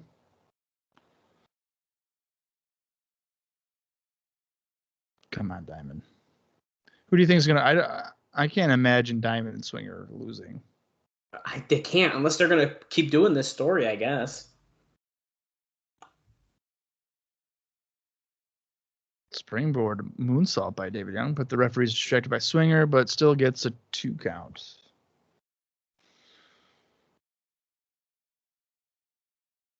I mean, he did hit the move Don. It wasn't great. I don't know. We didn't hit all of it. I mean, if anything, he was probably more impactful because his knees went directly into his face. So that probably hurts more than just your chin. Because half the time when you do a springboard moonsault, they don't ever hit. Like anytime Jeff Hardy hits the swanton, it's usually the back of his head. He barely hits it. It hits it. Oh, look, Gilberti pulling down his knee pad. Oh, but he missed it. High risk off the middle rope. Missed it. It's because Diamond moved out of the way. He's going for the tag on Swinger. Is he going to get it? Oh, my God. He's right there. I thought it. Swinger was going to just drop down on him. The way that they were angling that. Half of the fans in the crowd, are like the Juggalo section, are turned around like yelling at each other. Like they're not paying attention to the show. Back body drop by Swinger onto David Young. Gilberti from behind, but look at that. Swinger ducked it. Laying the punches.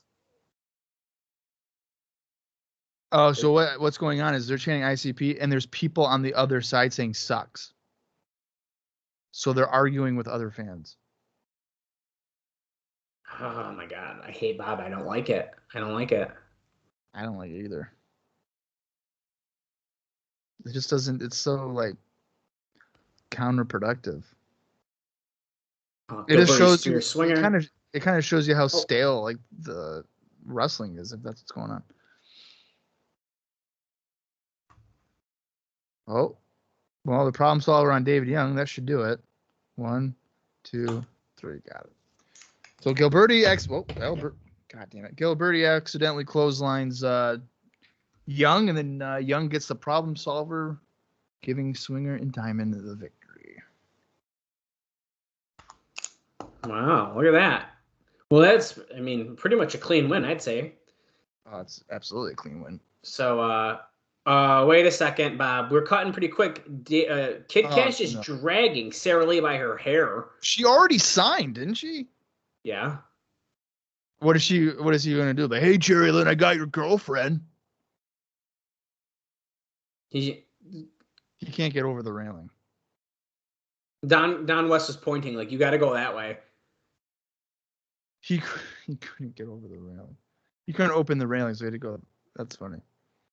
Oh, my God. Talk about heat, dude. He's beating up an old lady. You know what's funny, though? I bet you she was like, lay it in. Yeah, lay it in. Make it look good, brother. Because remember, she is an old wrestler. She already signed it, though, I thought. Look at him choking her out. Oh, my God. Didn't she sign it, or did she escape without having to sign it? I don't know, dude. I'm pretty sure she signed. She definitely signed it. It was in a like a picture-in-picture, but see, here we go. Now here's Tiny again. Oh, now she's pulling his hair. Look, Gilberti and Young are still in the ring, which is funny. He took the shirt. Dude, crowd's going nuts for him again. I love it. Oh, God. Oh, no. Right, Gilberti's got to take the heel heat. What's he going to do, pile driver? He's waiting because Tiny doesn't realize he's got to cut it off.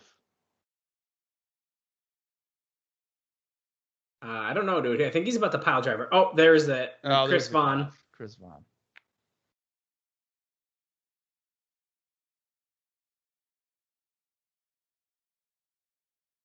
This is ridiculous.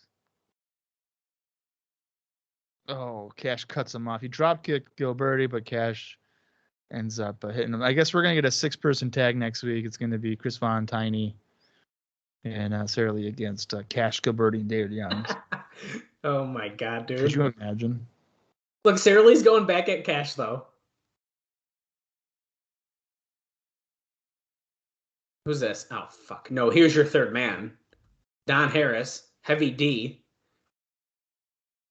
Of course, Don. Yeah, bail to the floor, Glenn. See you later. Chris Vaughn is in the worst possible spot.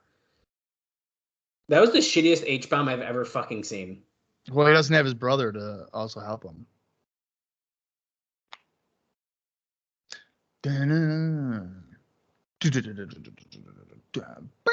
Look at this group of misfits. Sarah Lee, Tiny the Bellkeeper, Chris Vaughn, and fucking Don Harris. They're all they're all members of ICP, the Juggalos. That was a fun little segment. Weird placement, I feel like, but yeah. I didn't like Gilberti and Young's involvement, I guess. There's a limo. Oh, Johnny Fairplay. There's beautiful women coming out of the limo in bikinis. Yeah. This one doesn't. Mind you, it's January. Oh, did she get pulled back in? Yep. Oh, he's got some extracurricular activity, they just said. This is from Explosion, last Wednesday, 10:34 p.m. Is Sonny taking a shit? Yes. Oh, mind if I take a doo-doo in private? Trinity's yelling at him. Here's Kid Cash.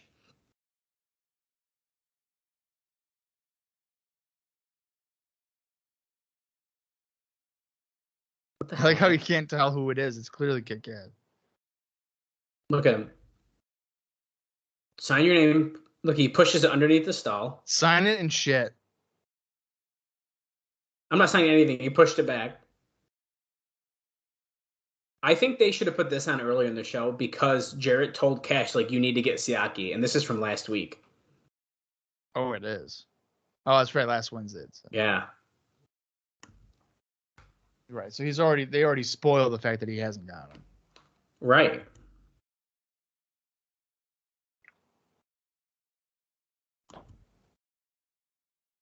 Who's advising him? Yeah, that's a good question. Yeah, that's a good point. Don't talk to me like that. You should sign it. Does that mean Trinity signed it if she's saying he should sign it?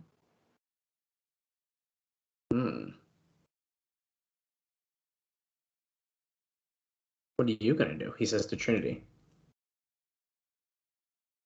Oh, she said, wait, where's the pen? It's on the bathroom floor. Oh, don't use it.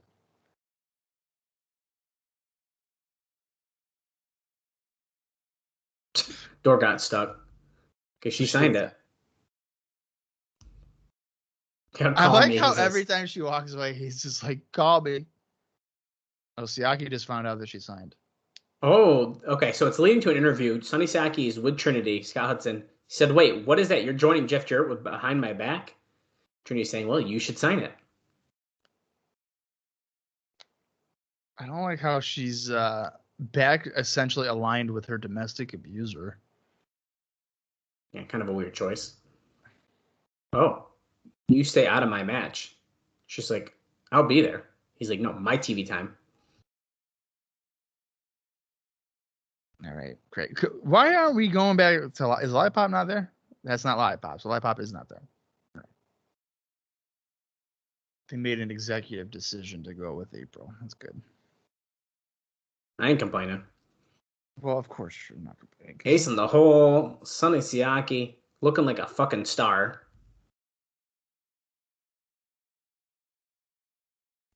Looking like a young Rock. I did it for the Rock. All right. I did it. I did it. For the Rock. My favorite storylines ever. From Chicago, Illinois. Tell me what you want. Say Well, it's D'Lo Brown. I like his old song way better. Yeah, you know what's funny? D'Lo Brown's only 46. Like right now? Yeah.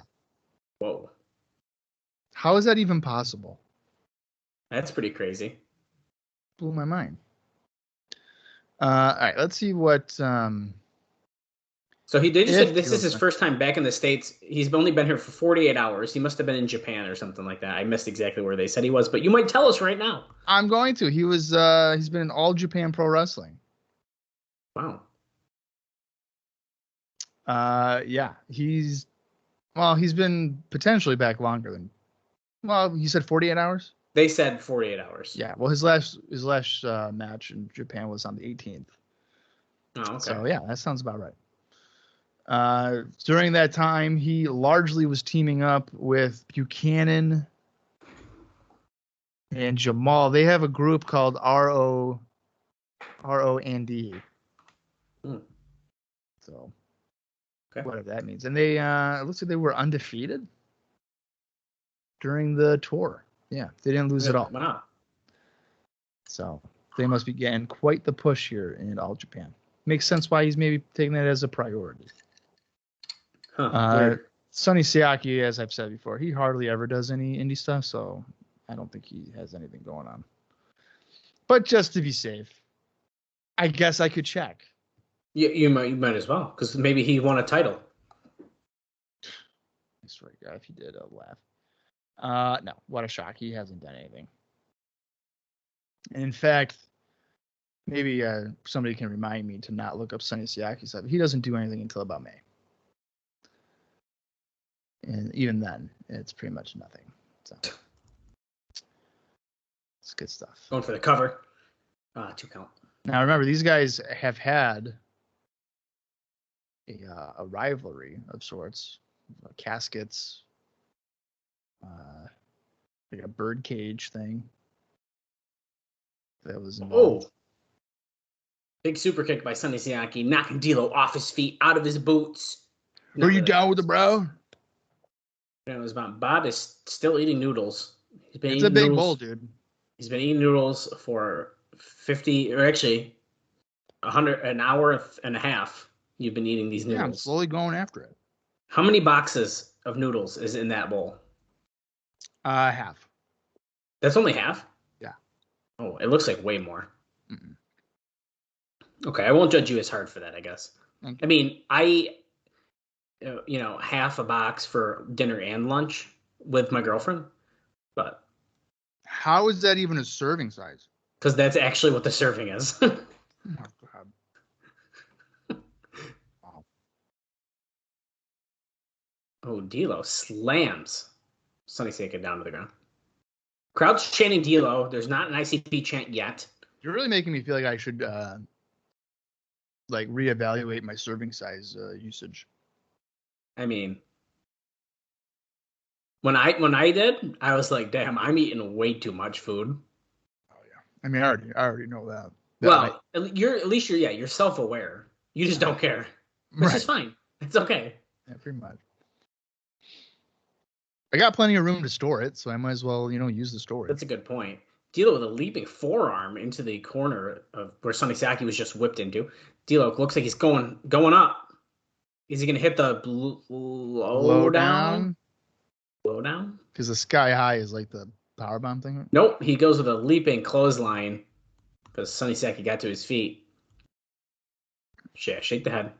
See the clothesline. Look at Lariat. 1, 2, I feel like D'Lo's working a lot more aggressive right now, and I really like it. It's the Japan, dude. I'm telling you. I like this now from D'Lo. I don't hate it.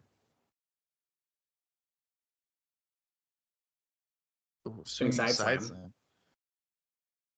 One, Swinging. two. Oh, there's Trinity. She was told to stay away, and here she is. Well, and when Rudy Charles had half his body on the apron again, I thought that she was going to pull him out because that's like Rudy Charles's trademark thing. Well, that's good that he does it even when he's not being pulled out. That's true. Consistency. I always like that kind of stuff. Yeah. Telling Trinity to leave. He grabs a chair. Sonny Siaki, that is. You know what I don't understand? What's that? Is if Trinity does not like Sonny Siaki, why is she with him? Why did she come out there? Good question. D'Lo Brown just kicked a chair into Siaki's face, but that's not a disqualification here in TNA.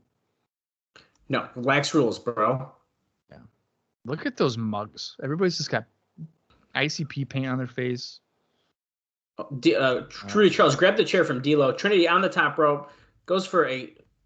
Oh my God! It was supposed to be like a tornado DDT, I think, but it looked like she got hurt more than D'Lo did. Yeah, it looked more like a swinging flatliner, right? With D'Lo landing on top of her. Sonny Siaki got a 2 count off of that. Come on, ref! And she's trying to help him win. Like, what are we doing? This doesn't make any sense. From like a story. She's proving that he needs her, but obviously that wasn't the case right there. Oh, sky high. Going for the Siacalypse, but no, sky high, and he gets a 3 count. Clean finish again. Wow. D'Lo's song sucks. If you like this D'Lo song, then I don't know what to tell you. Wow. Down with the Brown is way better. I didn't know who was coming out because I didn't know the song. DMX, say what? And he doesn't have the he didn't have his like weird boxing robe on this week. Yeah, he was wearing that for a while. Yeah. Also, maybe he realized he looked like an idiot. He also doesn't need that shirt, but whatever. Yeah. I'm kind of intrigued to see his All Japan stuff because that's clearly where this style is coming from. Uh-oh, here comes Kid Cash. Let me get some more noodles. More noodles. Great. Sign, Sonny, and he'd be like, "No." Who do we think is advising him not to do it? I don't know. Hey, dude, where is Ekimo? What the fuck?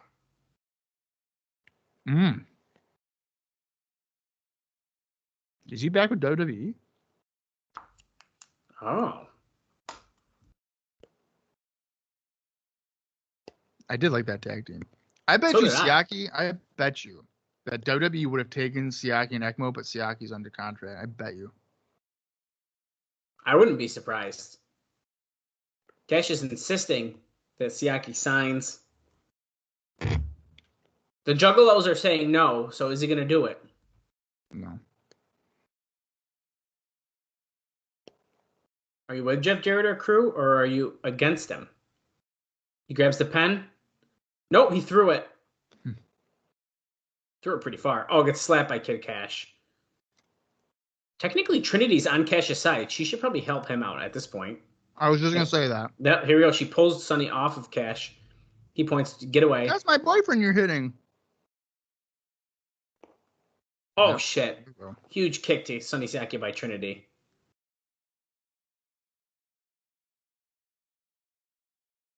Cash pulls him up. I believe he calls that the dead level, if I'm remembering correctly. I think that's right. Trinity with a moonsault to Sonny Siaki. They have really just ruined the Trinity character at this point. Well, she's kind of all over the place, man. Yeah. Oh, what's this?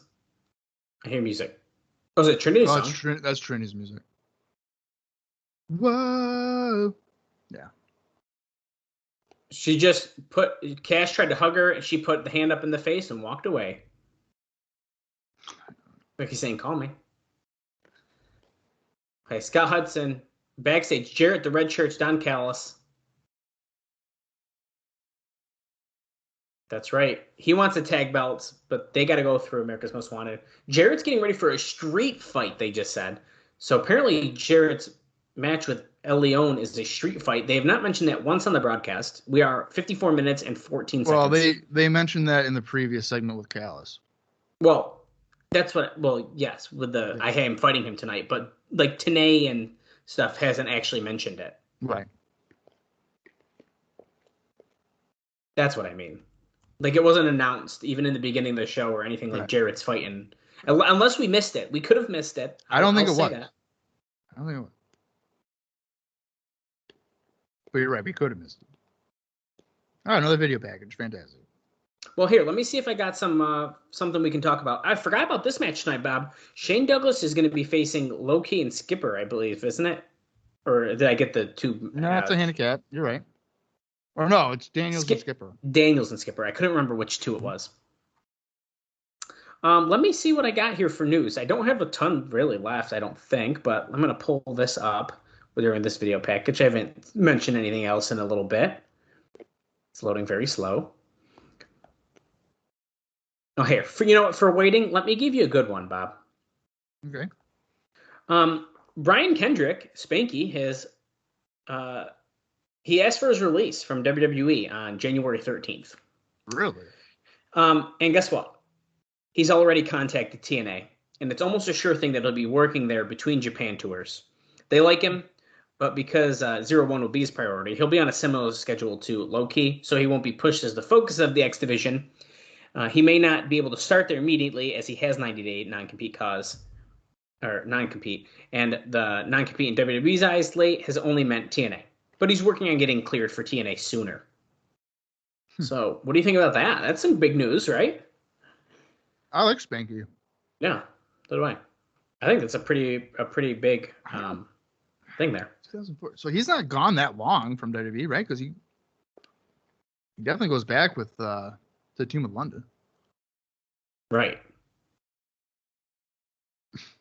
Shane Douglas, Michael Shane, and Tracy talking. This from Explosion. They're actually telling us the interviews are courtesy of Explosion this time. I bet you that's to get the people watching to beg their cable providers to get Explosion. That's smart. Felix Skipper talking to Daniels. We gotta get Triple X together, man. They're saying Low-Key won't listen to Daniels. Skipper says, because you hit him with a chair. Does Skipper not know that? What if Skipper was just wait? Have they changed the match, Bob? Look at Primetime and Fallen Angel versus the franchise. Unless it's still just a handicap match. They made it look like a tag match. It did make it look. When they said franchise, is that the group now?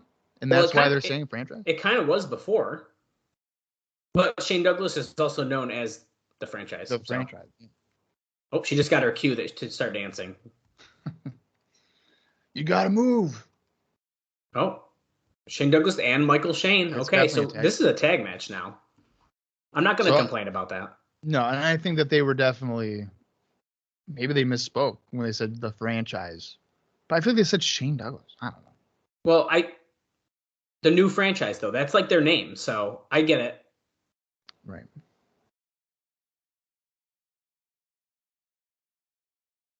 Da-na-na. Do you remember? Remember my name? Ooh.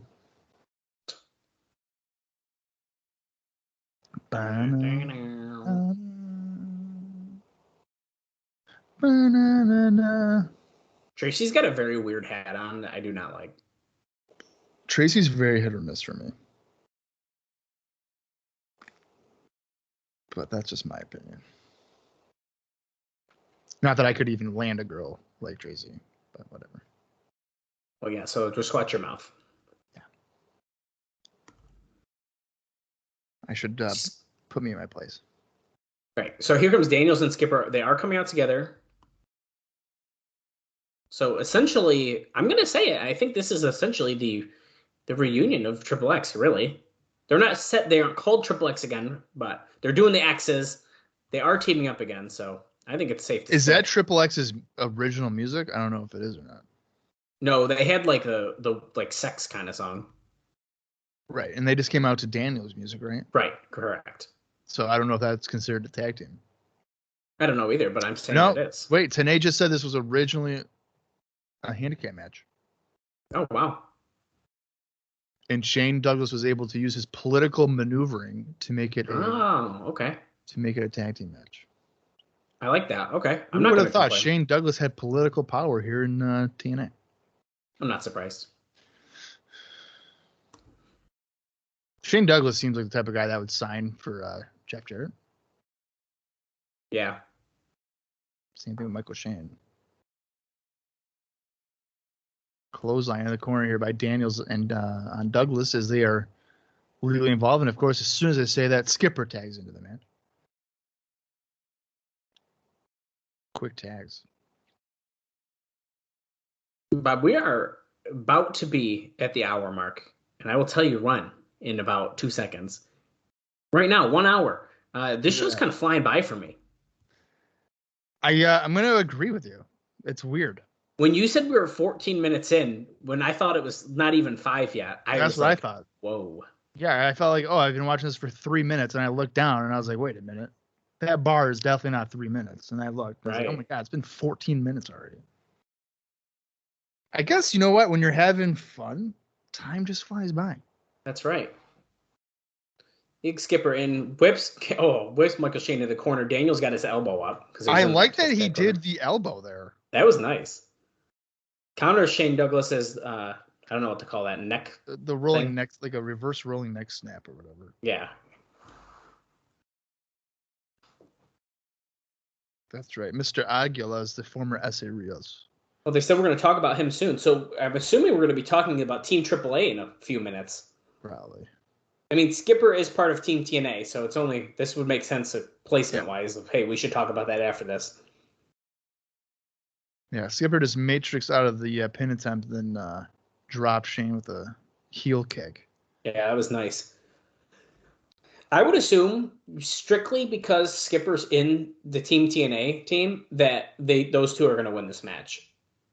I feel like they want to try to make him look strong as they lead into the Super X Cup. Yeah, I mean, that makes sense.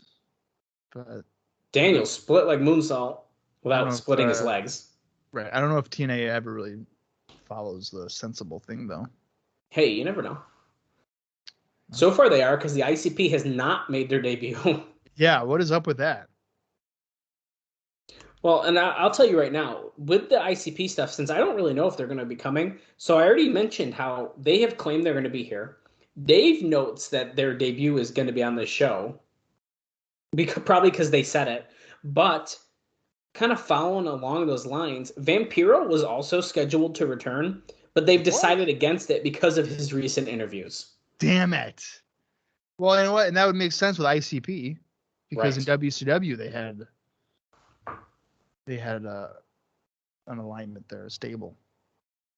Just a couple moments ago, Triple X did a nice vertical suplex crossbody combo. So front suplex. Playing some good tag team wrestling here. Oh, damn it. Douglas hit the rolling neck snap on Skipper.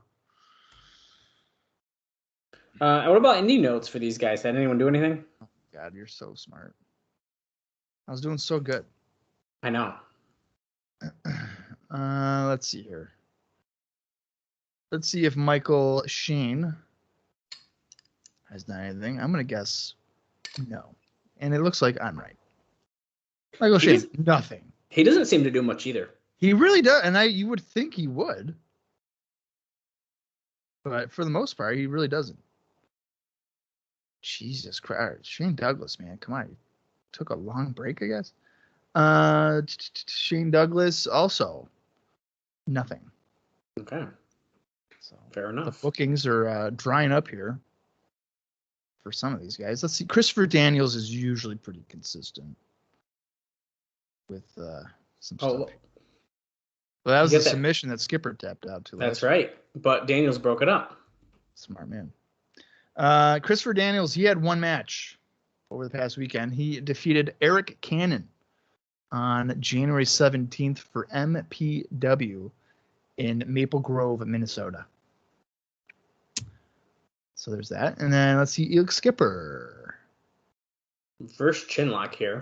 And as Tanay says, it puts the pressure on the back of his neck. Did you know that Elix Skipper's last match was against Tyler Black? That's just a fun note. Like ever? His last match? Apparently, yeah. Wow. And he did not have. He didn't have any indie news here. And by the looks of it, Skipper doesn't have a lot of indie stuff either. Another shocking type of development here. But yeah, all right. That does that. And just to get ahead of the game here, okay. AMW and the redshirt security, they don't have anything either. So don't even ask me. Don't worry about it. Whatever, bro.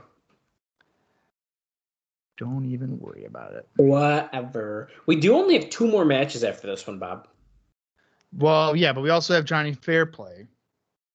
No, that's going to take, I bet you, 20 minutes. Going to take a minute. Yeah.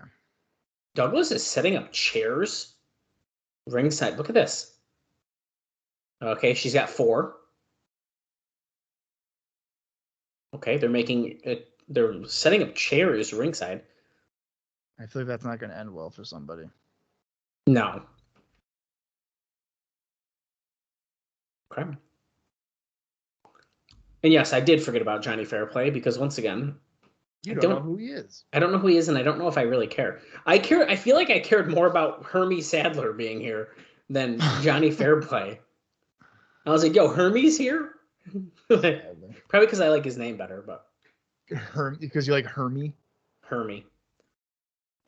I can respect that.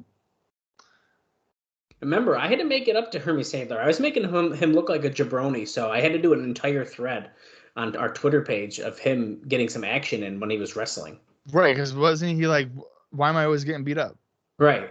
So then I made that up to him really good. So I think Hermie, friend of the show now. Yeah. Oh, Michael Shane was trying to back suplex Elix Skipper onto those chairs, but he threw Michael Shane into the guardrail instead. I told you the story about how I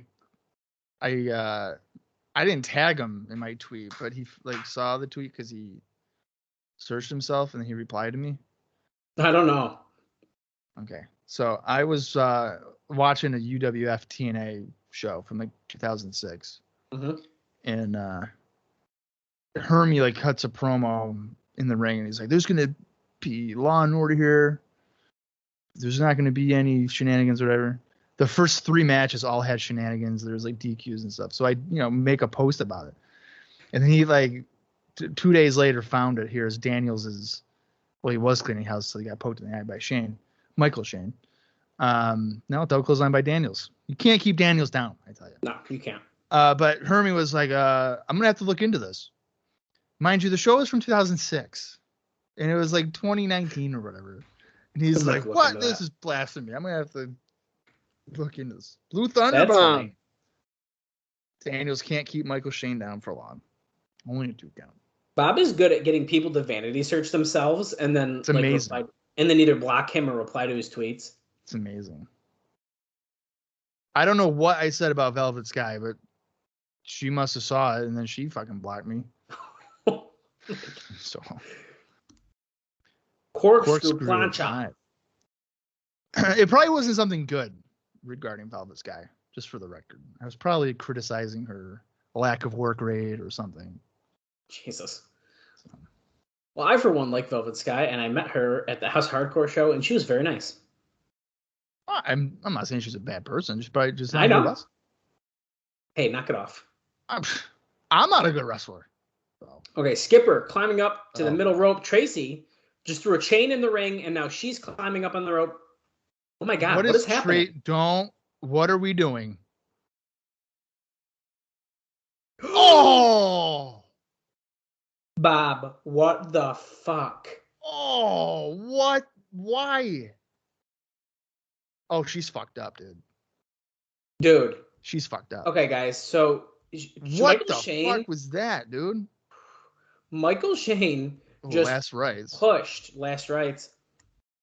Just pushed Tracy and Elix Skipper, and they fucking splashed the chairs.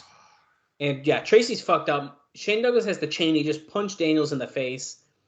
Puts Michael Shane over him. Cheap finish here. Ref, do your fucking job. 1, 2, 3. There you go. Are we going to see a Shane replay? We're absolutely going to see a replay of that.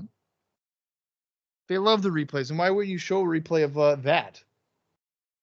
That was one of the craziest spots I think we've seen. That's in a while. insane. I couldn't even believe that. Here we go. Here we go.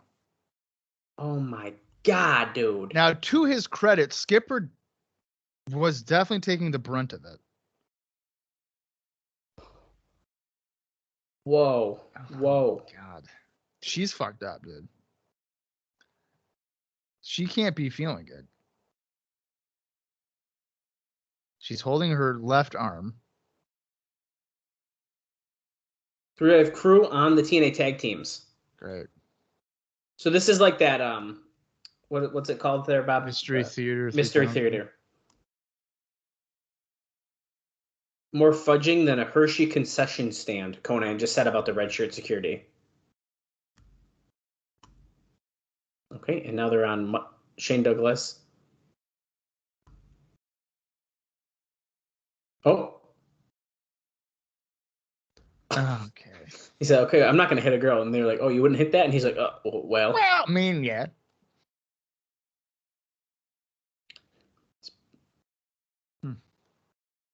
He likes it rough, right on the backside. Here's CM Punk. Here, Odele. Julio De Niro. I didn't realize there were so many tag teams. Gilberti and Young.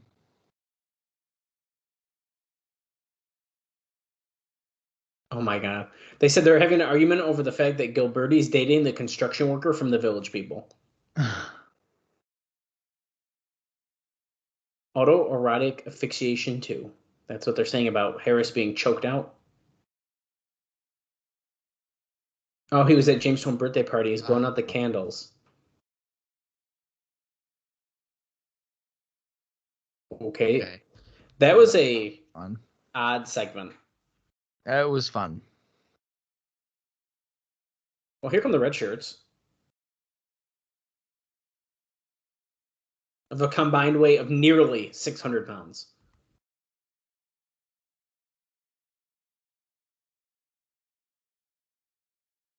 Six 6'5".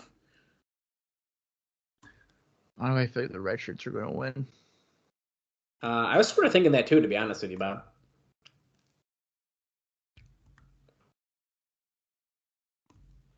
I mean, I don't know. I feel like AMW is so played out in the tag division. I mean, you can make the argument that AMW has been played out since like week 7. I mean, you're not. That's fair. Find the defendants guilty.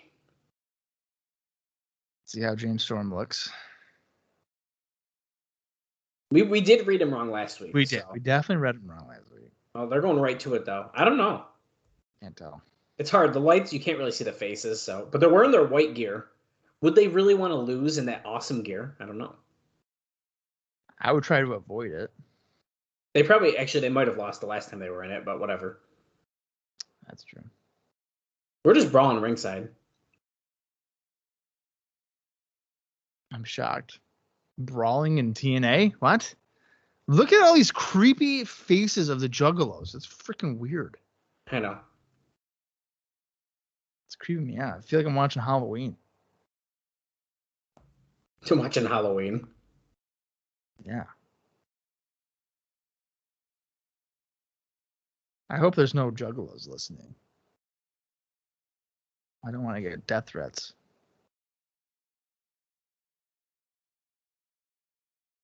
I just can't wrap my head around somebody being like, hey, I'm in the mood to look like a clown. Literally. Right. A clown. Well, that's kind of the thing, though. Not a clown like an idiot, but a clown like a literal clown. An actual clown. Yeah. So. This is coming from a guy that wears a Macho Man Randy Savage bedazzled jacket in public, but hey. I mean, is what it is. It's different. Exactly. Legend tossing Storm into the ring. Northcutt and Has the Harris match fighting. even officially started yet? No. It has not. At least if they did, I didn't hear the bell because so much craziness was happening. Well, everyone's in the ring and there's no bell, so it might have technically begun. Well, Tiny might be knocked out, so maybe he's not there to ring the bell. Legend ducked the Enziguri. They're doing some counters, going for hip toss, counters that. James Storm clotheslines him. What a move! Yeah, probably Right Legend is definitely not going to the gym. He's not what? He's not going to the gym. I don't blame him. I wouldn't. I mean, if my whole character is, hey, I get to wear pants and a t-shirt, clearly my job isn't to have a great looking body.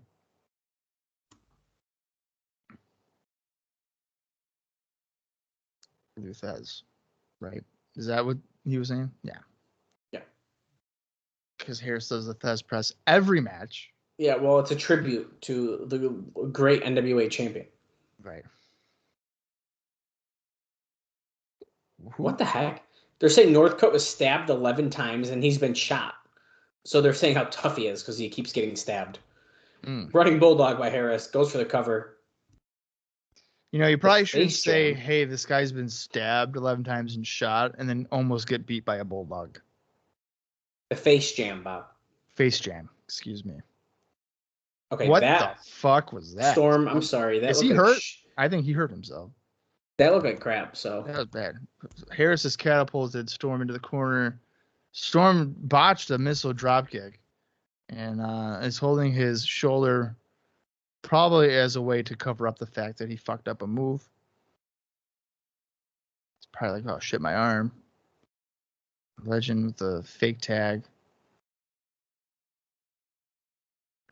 I wish I knew what the ICP people were chanting because I don't know. I don't know Juggalo stuff.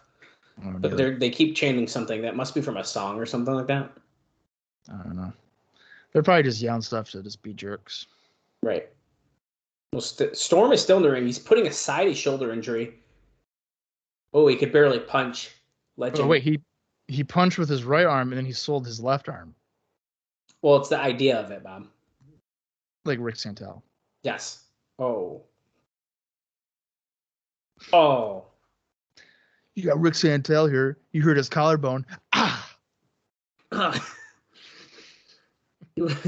Well, Northcutt drove him down with an armbar, and now Legend's got the control on it again. He's working that right arm. Wait. But his left arm is the one that he was selling. Bob, stop trying to make sense of this. So why is he working on the right arm? Does he want both his limbs to be broken? Bob, I don't know. Dude, Dallas, if you were on the ground saying, Bob, I just shattered my left ankle and we're in a pro wrestling match and I put an ankle lock on your right ankle, I'm a moron. Holy shit. Northcutt just did an overhead suplex to fucking Storm into the corner and killed him. He's landed right on his head. Yeah, he's done. He literally, I bet you he pulled him up because he's like, he ain't getting up. I think he did pull him up. He definitely pulled him up. Like they're making it sound like as if Northcutt was being a heel, but he's probably like, dude, I just dropped you on your head and the match isn't supposed to end yet, so I got to pull you up. This is crazy. Wait a second, Bob. I have an idea. What's up? What? This has nothing to do with this match. What if Fair Play brings in the ICP with him? And then it's like, that's a tag team. I don't like it. That's the point, though. I want to hate it. So I'm just trying to think of shitty ideas. That could happen, I guess. I just don't know how else the ICP fits in here. I have no idea. And I'm going to be honest with you. I don't know if they actually show up. I have no clue. I don't remember. I feel like I'd be shocked with how many times the Juggalos have come here that they wouldn't. But I really don't know if they show up or not. Like, can you really go 2 weeks being like, they're going to be here? And like, both times they're like, we're going to be there. And then they're not there. Well, that's the thing is that the funny thing is it's kind of like them doing it to themselves. The first time they were like, we're going to be there, and then they weren't. Well, you know what's funny too is that I was thinking, oh, this could be helping with their attendance, but the ICP people could just be waiting in the freebie line to not even Right. pay to come in. Which is true. They probably are. But this last time they were supposed to be there and the show, the numbers were up. That's true. But here's my thing though. If I was TNA, if ICP do come in, I'd be like, listen, ICP are going to be on Explosion, and the only way you can see Explosion is if you buy a ticket to come in. So the whole point of being here, you can't see it. So if they want to come in and spend $20 and then leave after like probably a 4-minute Explosion match, that's on you, pal. But you're better off just staying for the whole 2 hours, 3 hours. Right. Just have fun. That's what I would do. Legend up on the top here with, is it Storm he's got? That's definitely still Storm. So Storm's still in the ring. Is he going to go for a sunset Now remember, flip his arms hurt, but he still did a sunset flip powerbomb. Oh my God, Rudy Charles is distracted. Get back into the corner. And Harris is like, dude, turn around, but you're also not in the corner. And then that's going to let Northcutt come in. Northcutt over the top. Over the top backdrop by Storm. He was going for the jackknife, it looked like. Come on, tag in Harris, Storm. What are you doing? Here you go. Inseguri. Now you're free. Go. Oh, but Harris does a heel turn and he jumps off the apron. Yeah, Northcutt pulls him down. Throws Harris against the guardrail.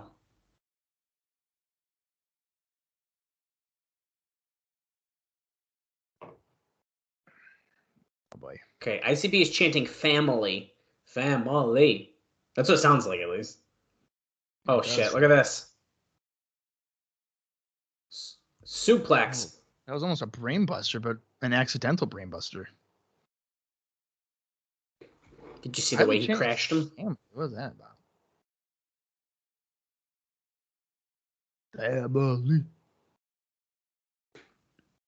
Here we go, Legend. Almost, but nope. Look at the impact. Oh, here comes Northcutt. And I do like Northcutt. This hasn't been as bad as I was thinking it was going to be. No, I'd say it's been okay. Oh, super. Come on, Storm. This is your chance. Come on. Let's go. His ring awareness. He doesn't even know where he is. There we go. I like how they forgot which arm to sell, but whatever.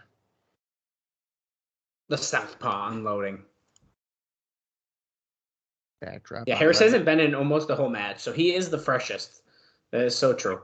Ducks the closest line. Comes back with the leaping one. Clothesline's Legend to the floor. Now he's got Northcutt. Whoa. Drop toe hold over the middle rope. All right. Simple but effective.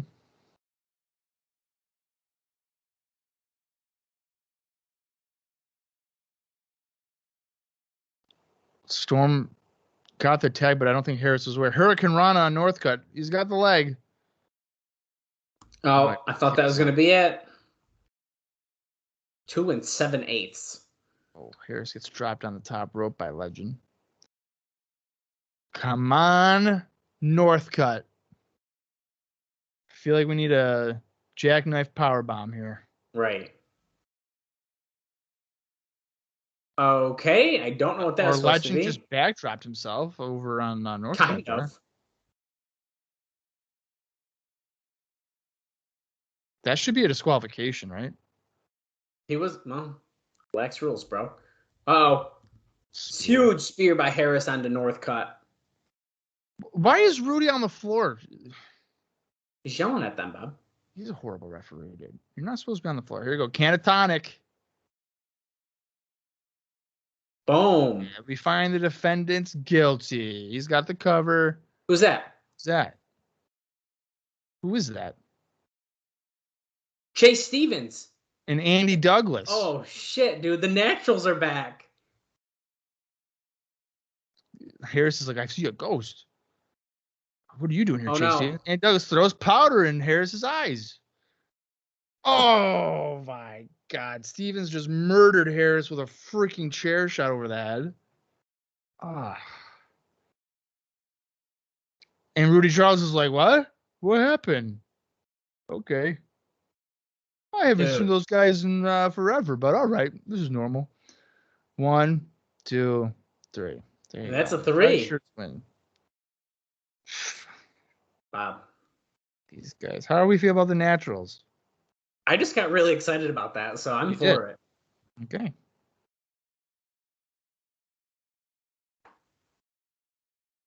Wow. I think the Naturals are going. It's going to turn into kind of what Swinger and Diamond were. I think that we're going to see some really good work out of them fighting America's Most Wanted, and it's going to be like their next like biggest rival. So, and I think that was a perfect setup for it. Yeah, it was good. We're backstage. Scott Hudson with James Mitchell and The Gathering. They're saying Raven is working somewhere in this building, probably the production truck. They didn't say that part, but Hudson was saying Raven is there. Yep. Or he's at least working in the building somewhere. What? Why would he be there? We told him that Balls Mahoney would not be able to get the job done. And did he? Absolutely not. No, he did not. He lost the match in under 4 minutes. And Sandman, you're in serious need of a tag team partner. You don't need a mystery partner, Sandman.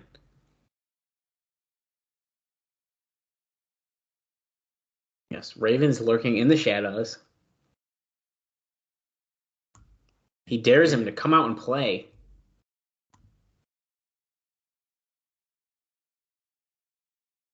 And he dares Sandman to choose Raven as tag team partner.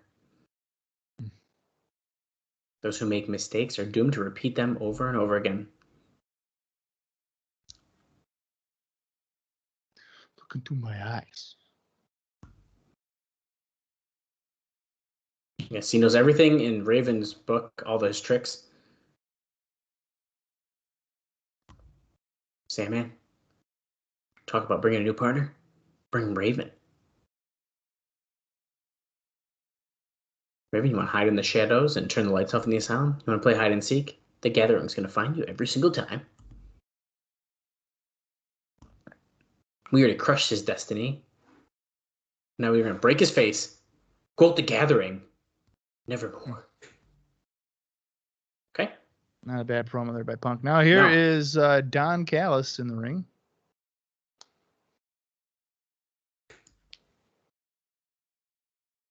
Who's going to, by God, run this company next week?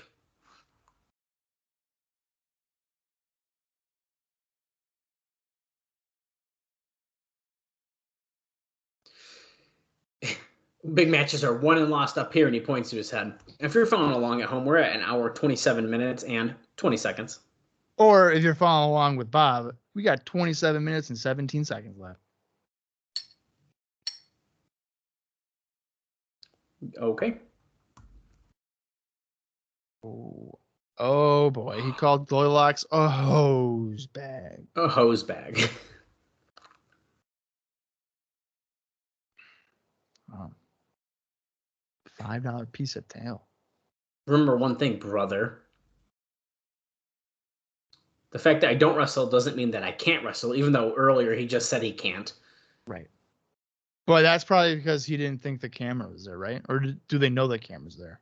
No, Scott Hudson was interviewing them, or like with the microphone. Oh, that's right. That's right. Okay, so they're about to bring out Johnny Fairplay, it seems. He faked the death of his own grandmother. I'd do that for $1 million. Most hated man in America.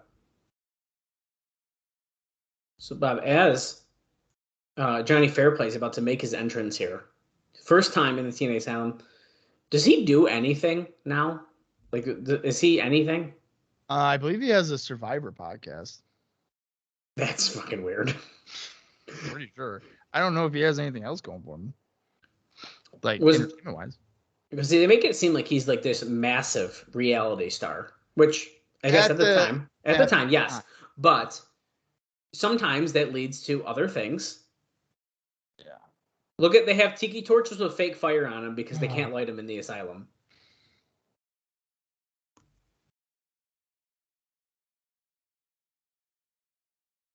Here he is. What is he doing? He's dancing.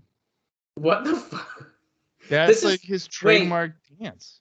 No, that's Screech. That's what Screech was doing at Joe's wedding. That's how he was dancing. Oh, there you go. Screech is Johnny Fairplay. He might be. I'm texting him that. I bet you Screech doesn't know who Johnny Fairplay is. Yeah, he probably doesn't. I like the girls with the tiki torches. With a fake fire.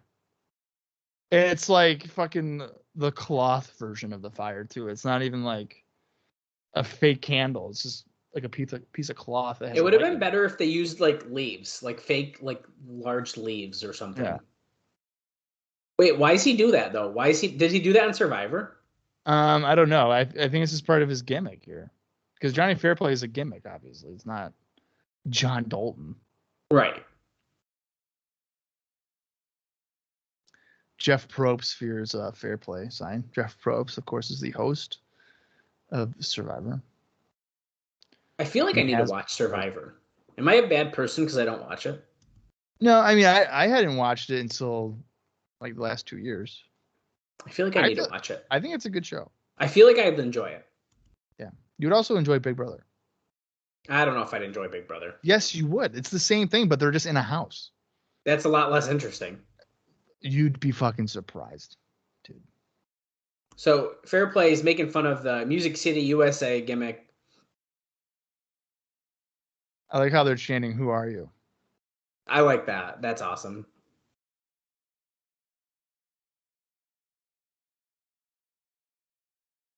What have these people survived through in their worthless lives?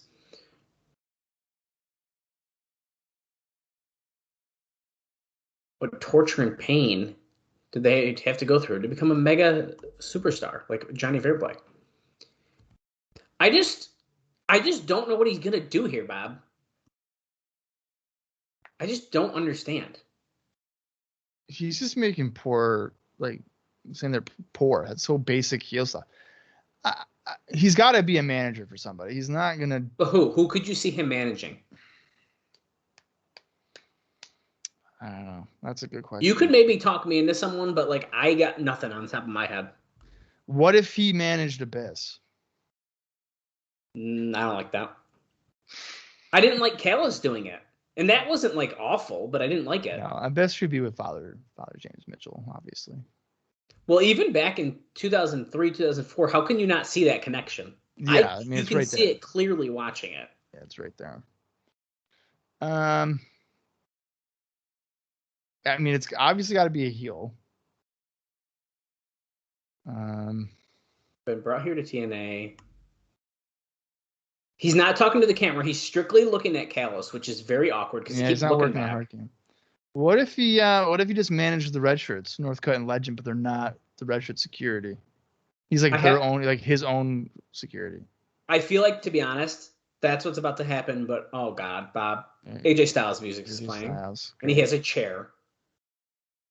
Although this is a good point, we have not heard from Styles at all on the show, so right, nice to see he is here. Mr. TNA. He's gonna come out here and he's gonna be like, Johnny, you're nothing but a clown. And speaking of clowns, I got two of my favorite clowns. Violent J and Shaggy 2 Dope. That's right. The ICP. And they're going to come on. Turn on AJ. And Fair Play will be with him. Will be with them. Who are you? Try to Fair Play.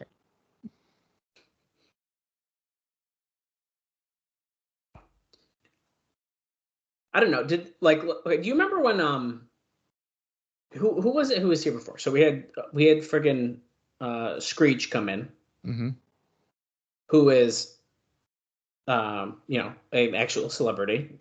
Yep. We had, was it?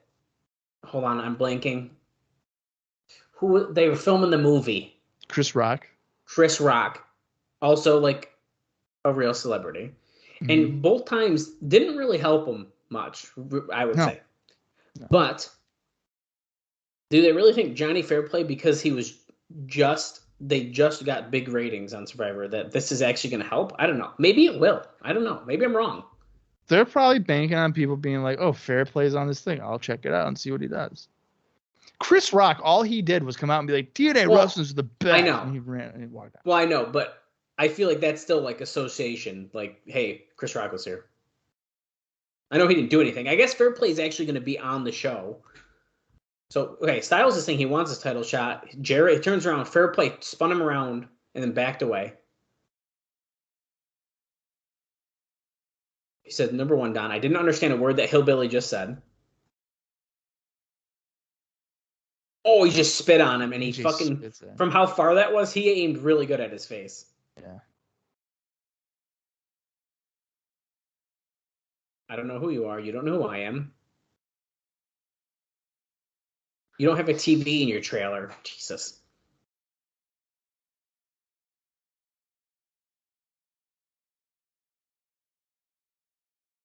I'm the biggest thing in TV since Jessica and Nick. Oh, he's a bigger star than Ashton Kutcher.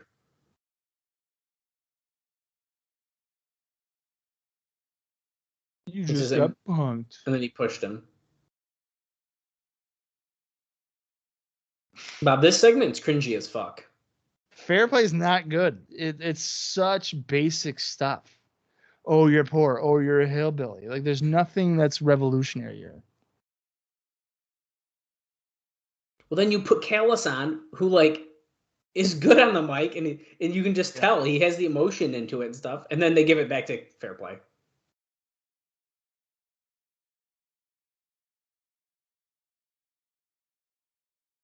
And they keep on doing tie-ins with Survivor.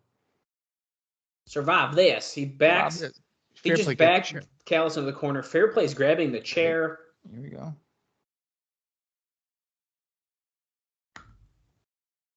He just rams AJ from behind with it.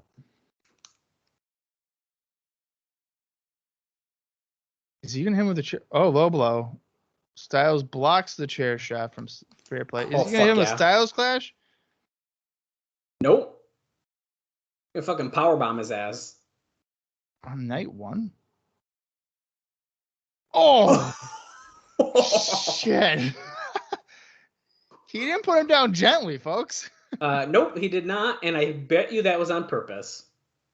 Abso-fucking-lutely it was. Coming to my world, you're getting a fucking big one. Oh, yeah. Yeah. Wow.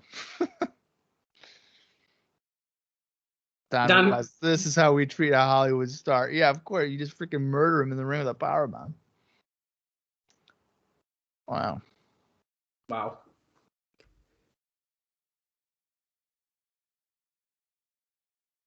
Well, Fairplay's dead. Yeah, he ain't getting up. Here we go. We're going to take it to the street. Jeff Jarrett in a street fight against El Leon. That's still to come. We were at the announce table, by the way. There's so many things we got to tell you about tonight. Go to NWA-TNA.com. TNA On Demand, yes, that is still a thing. Haven't heard a lot about that, but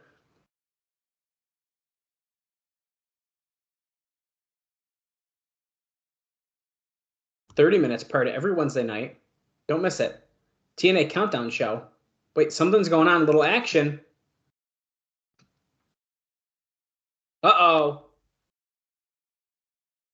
It is official. They were invited. Violent J, Shaggy 2 Dope, ICP is here. They're in the crowd. They're going fucking nuts. Bob's missing this.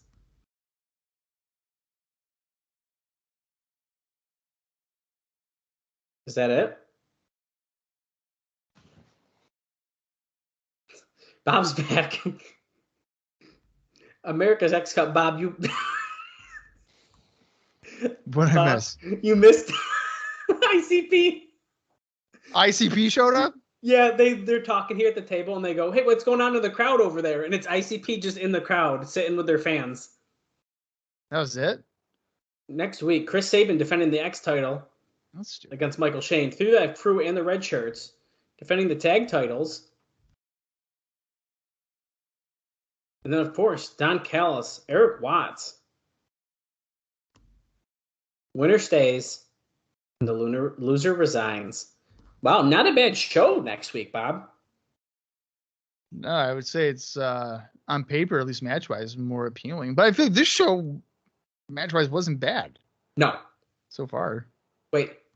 The ICP's rocking out with the Juggalos, but we're gonna send it to the back. Bob, there they are. Oh, there they are. I see them. Leon looking tan this week, backstage with Eric Watts and Goldilocks. I'm going to give you a bunch of notes here prior to this match, probably because I was expecting certain things to happen that didn't happen. At least not yet, I guess. Oh, talking to Goldilocks. Tells him to kill Jeff Jarrett. You know, baby, I'm dedicating the match to you next week. Stay in the back this time, okay? She said, okay. Team Watts.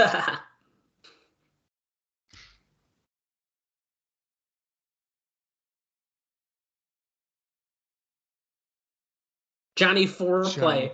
That okay, Watts. That was good. I'll give you that one.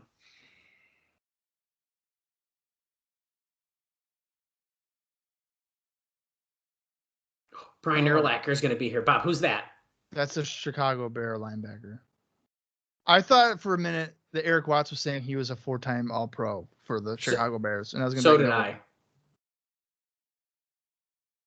Okay, so we got a video package. Let me give you some notes here, quick. Okay. Oh look, dude, El Leon. They're just showing what happened. El Leon.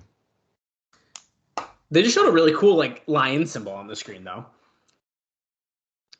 So I was thinking we were gonna see more of the AAA kind of stuff for the X Cup, but that didn't happen, and that's where I was waiting to give you some of those additional names, which at this point is kind of only one, but so Pena was interested in using his La Parka as well as his Psychosis. Now, we already did talk about the Psychosis at this point, but there is question as to how it will be received in the U.S. using what would be considered fakes, essentially.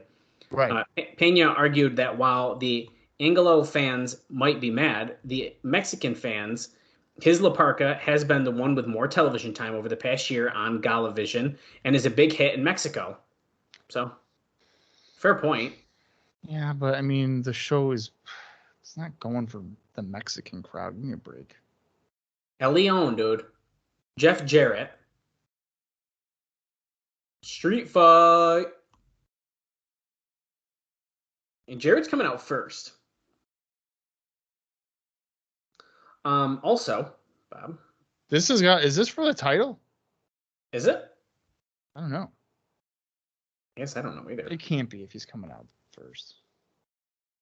Remember how I just mentioned Shamrock earlier in the show today? That potential coming back for one of those 3-hour pay-per-views? I do remember you saying that, yeah.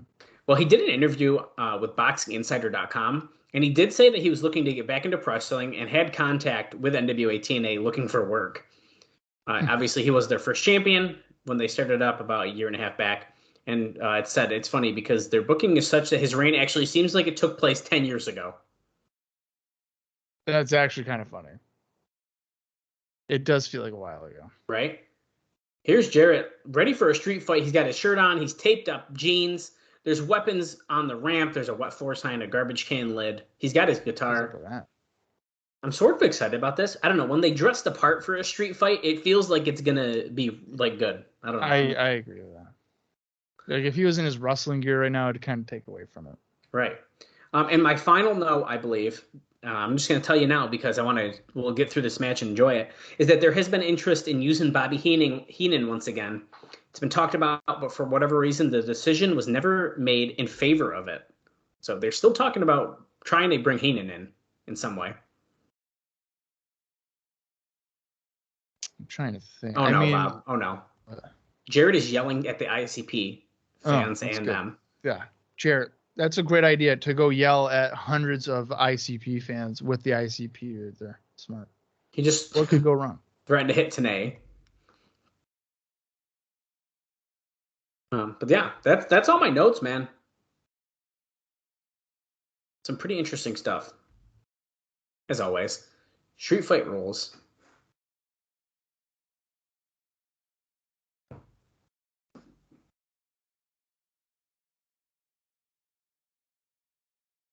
Take it to the streets. They're making it sound like this has been some kind of blood feud. I don't know if I'd go that far. Oh, El Leon's only attacked him a couple times. this theme song sounds freaking familiar, Bob. Yeah, whose theme song is that?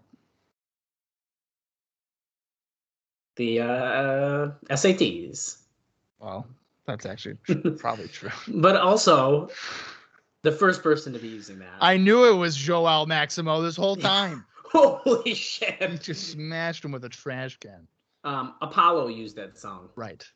Early on. Many people did. It's just a coincidence. Now, it's also important here, Dallas. Look at his left arm. I know, I see a tattoo. Yeah. I don't know if I noticed the tattoo before. Well, he had it always covered up. Oh, because he had long, short sleeve shirt on. He had a longer sleeve shirt on, yeah. Oh. Well, that tattoo should look familiar if you pay attention to that kind of thing. Oh my God. He just shoved Jarrett into the guardrail like an El Leon gave him a thumbs up. Like, thanks, buddy. That was awesome. It's funny.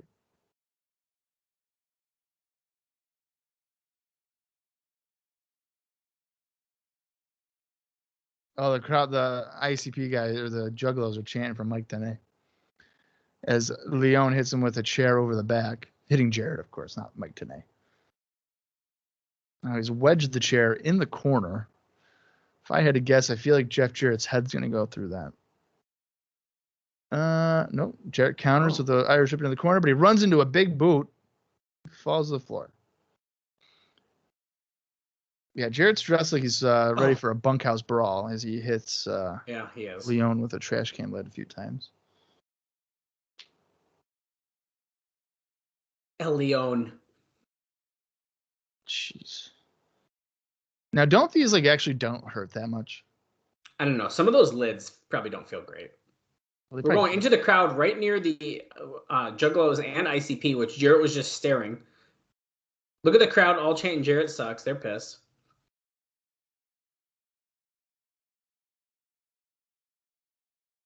This is an official match. I don't think it's for the title. I don't think it is either. I mean, if it was, Jarrett would have been he would have put up a fight for a while on that one. Right. I'm not defending that. This is ridiculous.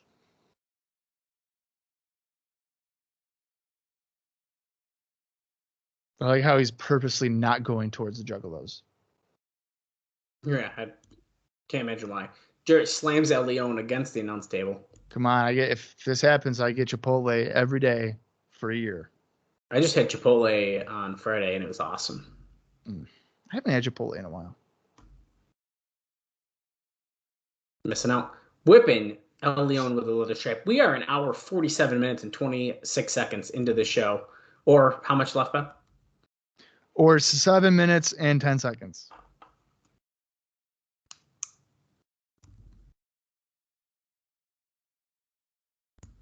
These shows do go by quicker ever since I changed the time in which I follow. Oh, get out of here. I swear to God. I like the countdown instead of the count up. Yeah, so he just shoved Mike Tenay pretty hard. But he's good. He's not hurt. He just kind of got pushed back in his chair. You can't keep Tenay down for long. We're getting closer and closer to ICP over there. Uh-oh. Is security in place? Where's Northcutt and Legend? I don't see That's a good point. I see red shirts, just not the guy.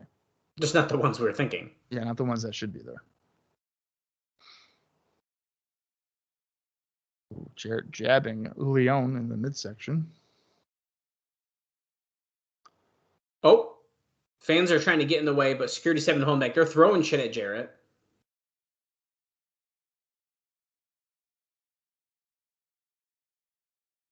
Oh, they're chanting the soda.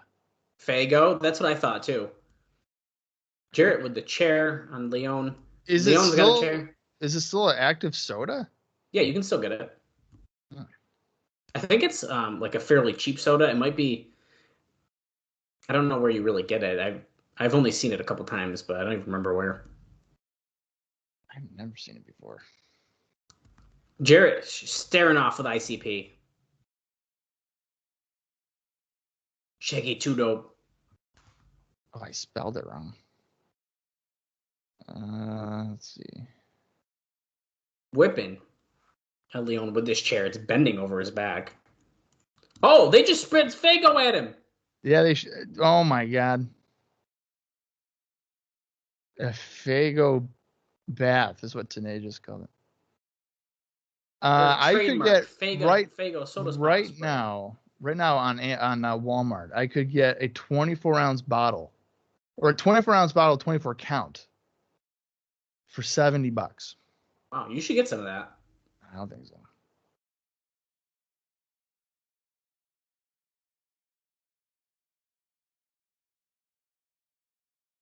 Oh, maybe they've changed the packaging. Maybe. So maybe it is like nearby. What is that? The Lion. He's got him up on his shoulders. TKO. Type slam. He fell on his back. Jarrett will not job. Don't even think about it. Oh, damn it, Andrew Thomas. He just got speared into the chair. So he's dead. Wait, TNA is getting out of his seat. Oh, he better not hit Mike TNA with that guitar. Jarrett's got the... Dude, if he hits Mike TNA with the guitar, come on. Oh, Mike TNA took it. TNA hit him with it. No way, Jarrett. No way, Jarrett. In a street fight. No way you're doing that. Sit Sit out. out. Powerbomb thing, spine buster. Now TNA's like, wake up, Andrew. Oh, shit. I love when TNA in his tuxedo gets all involved. TNA really wants Jarrett to lose this non-title match, and I think it's non-title. Get out of here, TNA.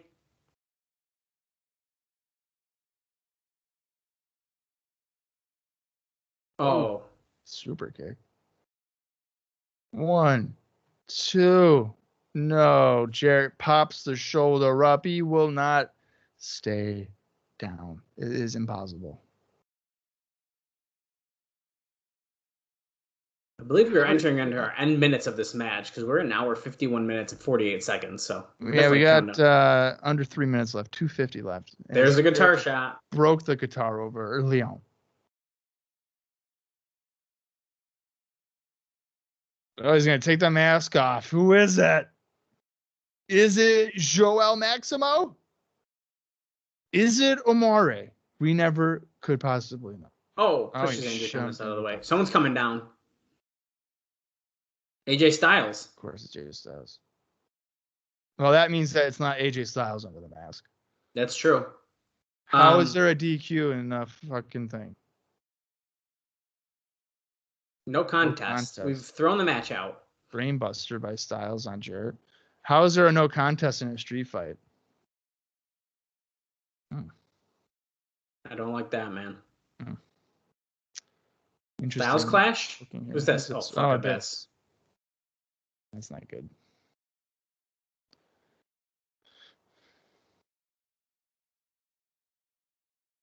He's got him up.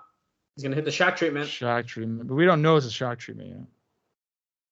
Drops down out of the torture rack. How do we not have a name for that?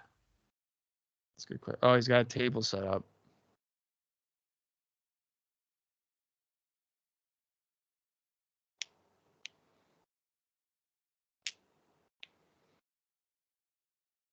Oh, boy. What is Abyss going to do here? No, AJ fires back with some right hands. Oh. Shove some more. I thought Abyss was going to fly off that apron. That's what I thought, too. Oh, no. Oh. Oh, shit. Abyss just press slammed AJ Styles over the top rope through a table on the floor. And Jarrett's Wow. talking to him like a loving father, and Abyss is rubbing his face like he's adoring him. Styles is injured. He's hurt.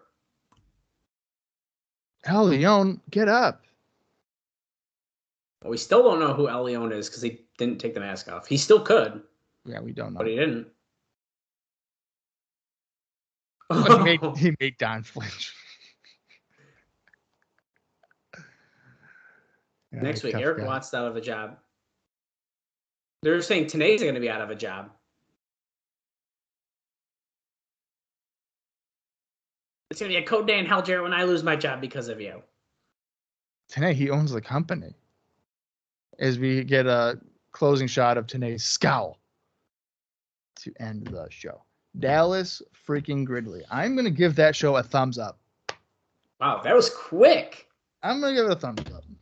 I think it was a thumbs up show, too. And we did not And here's expect the that. thing. I am not even going to look on wrestling recaps. I don't know if I liked it when I originally reviewed it. I bet you didn't. Probably not. But I thought that was a good show. I was entertained. Right. It was easy to get through. Flew by. And I think leading into next week, there's a lot to look forward to. Yeah, we have Saban and Michael Shane. A rematch, essentially, for the X title, which Saban currently holds. Then we also have the tag team title match, 3 Live Crew, defending against the Red Shirt Security, Kevin Northcutt and Legend. And, of course, the main event, the big one, Eric Watts. That's right. I said the big one. And it also means that Eric Watts is involved. Write it down. It's probably the only time it's ever going to be said. Right. Taking on Don Callis in a match where the loser loses all the power that they have in TNA. Which is pretty crazy. Yeah. So, and maybe the ICP will show up again just to hang out in the crowd. I mean, I definitely think that there is. Is that going to be the new marketing strategy for them? Like, guys, come to the Asylum and you'll be able to watch the show with the Insane Clown Posse in the crowd. Honestly, though, I mean, if it's going to bring more. Hey, if it fills it up, man, it fills it up. I wouldn't be surprised. I definitely would be surprised. If I knew that worked, I'd do it. Screw it. Yeah, absolutely. Yeah, I mean, I guess I don't really know what else to say. I mean, I do think this was a pretty good show. I think we're leading into next week good, and I think that's always important, especially with these weekly pay-per-views. Yeah. And we got 2 big title matches next week that I'm pretty excited about. I know we're not huge Red Shirt fans or 3 Live Crew fans, but hey, we could see new champions next week. Maybe we're going to mix it up. I don't know. I mean, I do like Northcutt. I will say that. Well, here's the thing. I like Northcutt and Legend. I don't know if I really like the team. Like, I liked Legend before when he was shooting with Jarrett. Yeah. And I'd like to see what Northcutt could do, like, in a singles role. But, so I, like, accept the team. But I do tend to, I feel like, roll my eyes when every time they're like, oh, it's red shirts again. Yeah. Are you giving the show a thumbs up? Yeah. Yeah, I'm going to give it a thumbs up as well. I think it was, I think it was good. I think it was, like I said, we're building to stuff. I think it flew by. It really did. Flew by. And for a show we didn't expect to, I think that is... That's why I think it was even better than maybe anticipated, because really on paper we were like, eh. But right. I think they over-delivered in ring-wise. I think so, too. So, and like the fair play segment might have been like a little cringe, but the fact that Styles finished it off by just destroying him with a powerbomb kind of made up for it. Right. I think it did make up for it. Because, yeah, I mean, I don't know. It was very cringy, but Styles gave him quite the fucking powerbomb. And I'm not going to complain about that, to be honest. I thought that was fine. And we can't forget the Naturals are back, Bob. We cannot forget that. And so like in this, I guess you could say, project that we're doing, I want to say I tend to enjoy the Naturals to a point. There comes a point where it's like, maybe not. But I think here initially, when they have now come in or returned, I guess, as a duo, like they're gonna be a fun team to kind of watch for a little while. Yeah, I'm pretty excited about it. I don't know. I'm curious. Like I said, I feel like it's kind of they're going to be their new biggest rivals, and I think that's going to be really entertaining and good as we kind of go forward. So I think that's what I'm most looking forward to about them. So I when they just made their return, I popped. I was really excited. Yeah, I wouldn't be surprised if they, like when AMW, I'm sure at some point here in 2004, will in fact regain the tag titles, that they will immediately be feuding with them. Oh yeah, they'll be getting them back, absolutely. Yeah. So that wouldn't surprise me. Right. Well, without just rambling more and more, Bob, I think that pretty much covers it for me. I can't wait for next week. As always, I'm always excited. But especially because this show is good. The power struggle is gonna finally end. Will we find out who El Leon is? I don't know. A lot of questions still, but until next week, where we will find out who maybe El Leon is and who truly has the power of TNA. I am Bob Colling Jr. He's Dallas Gridley, and this has been the TNA Crossline Podcast.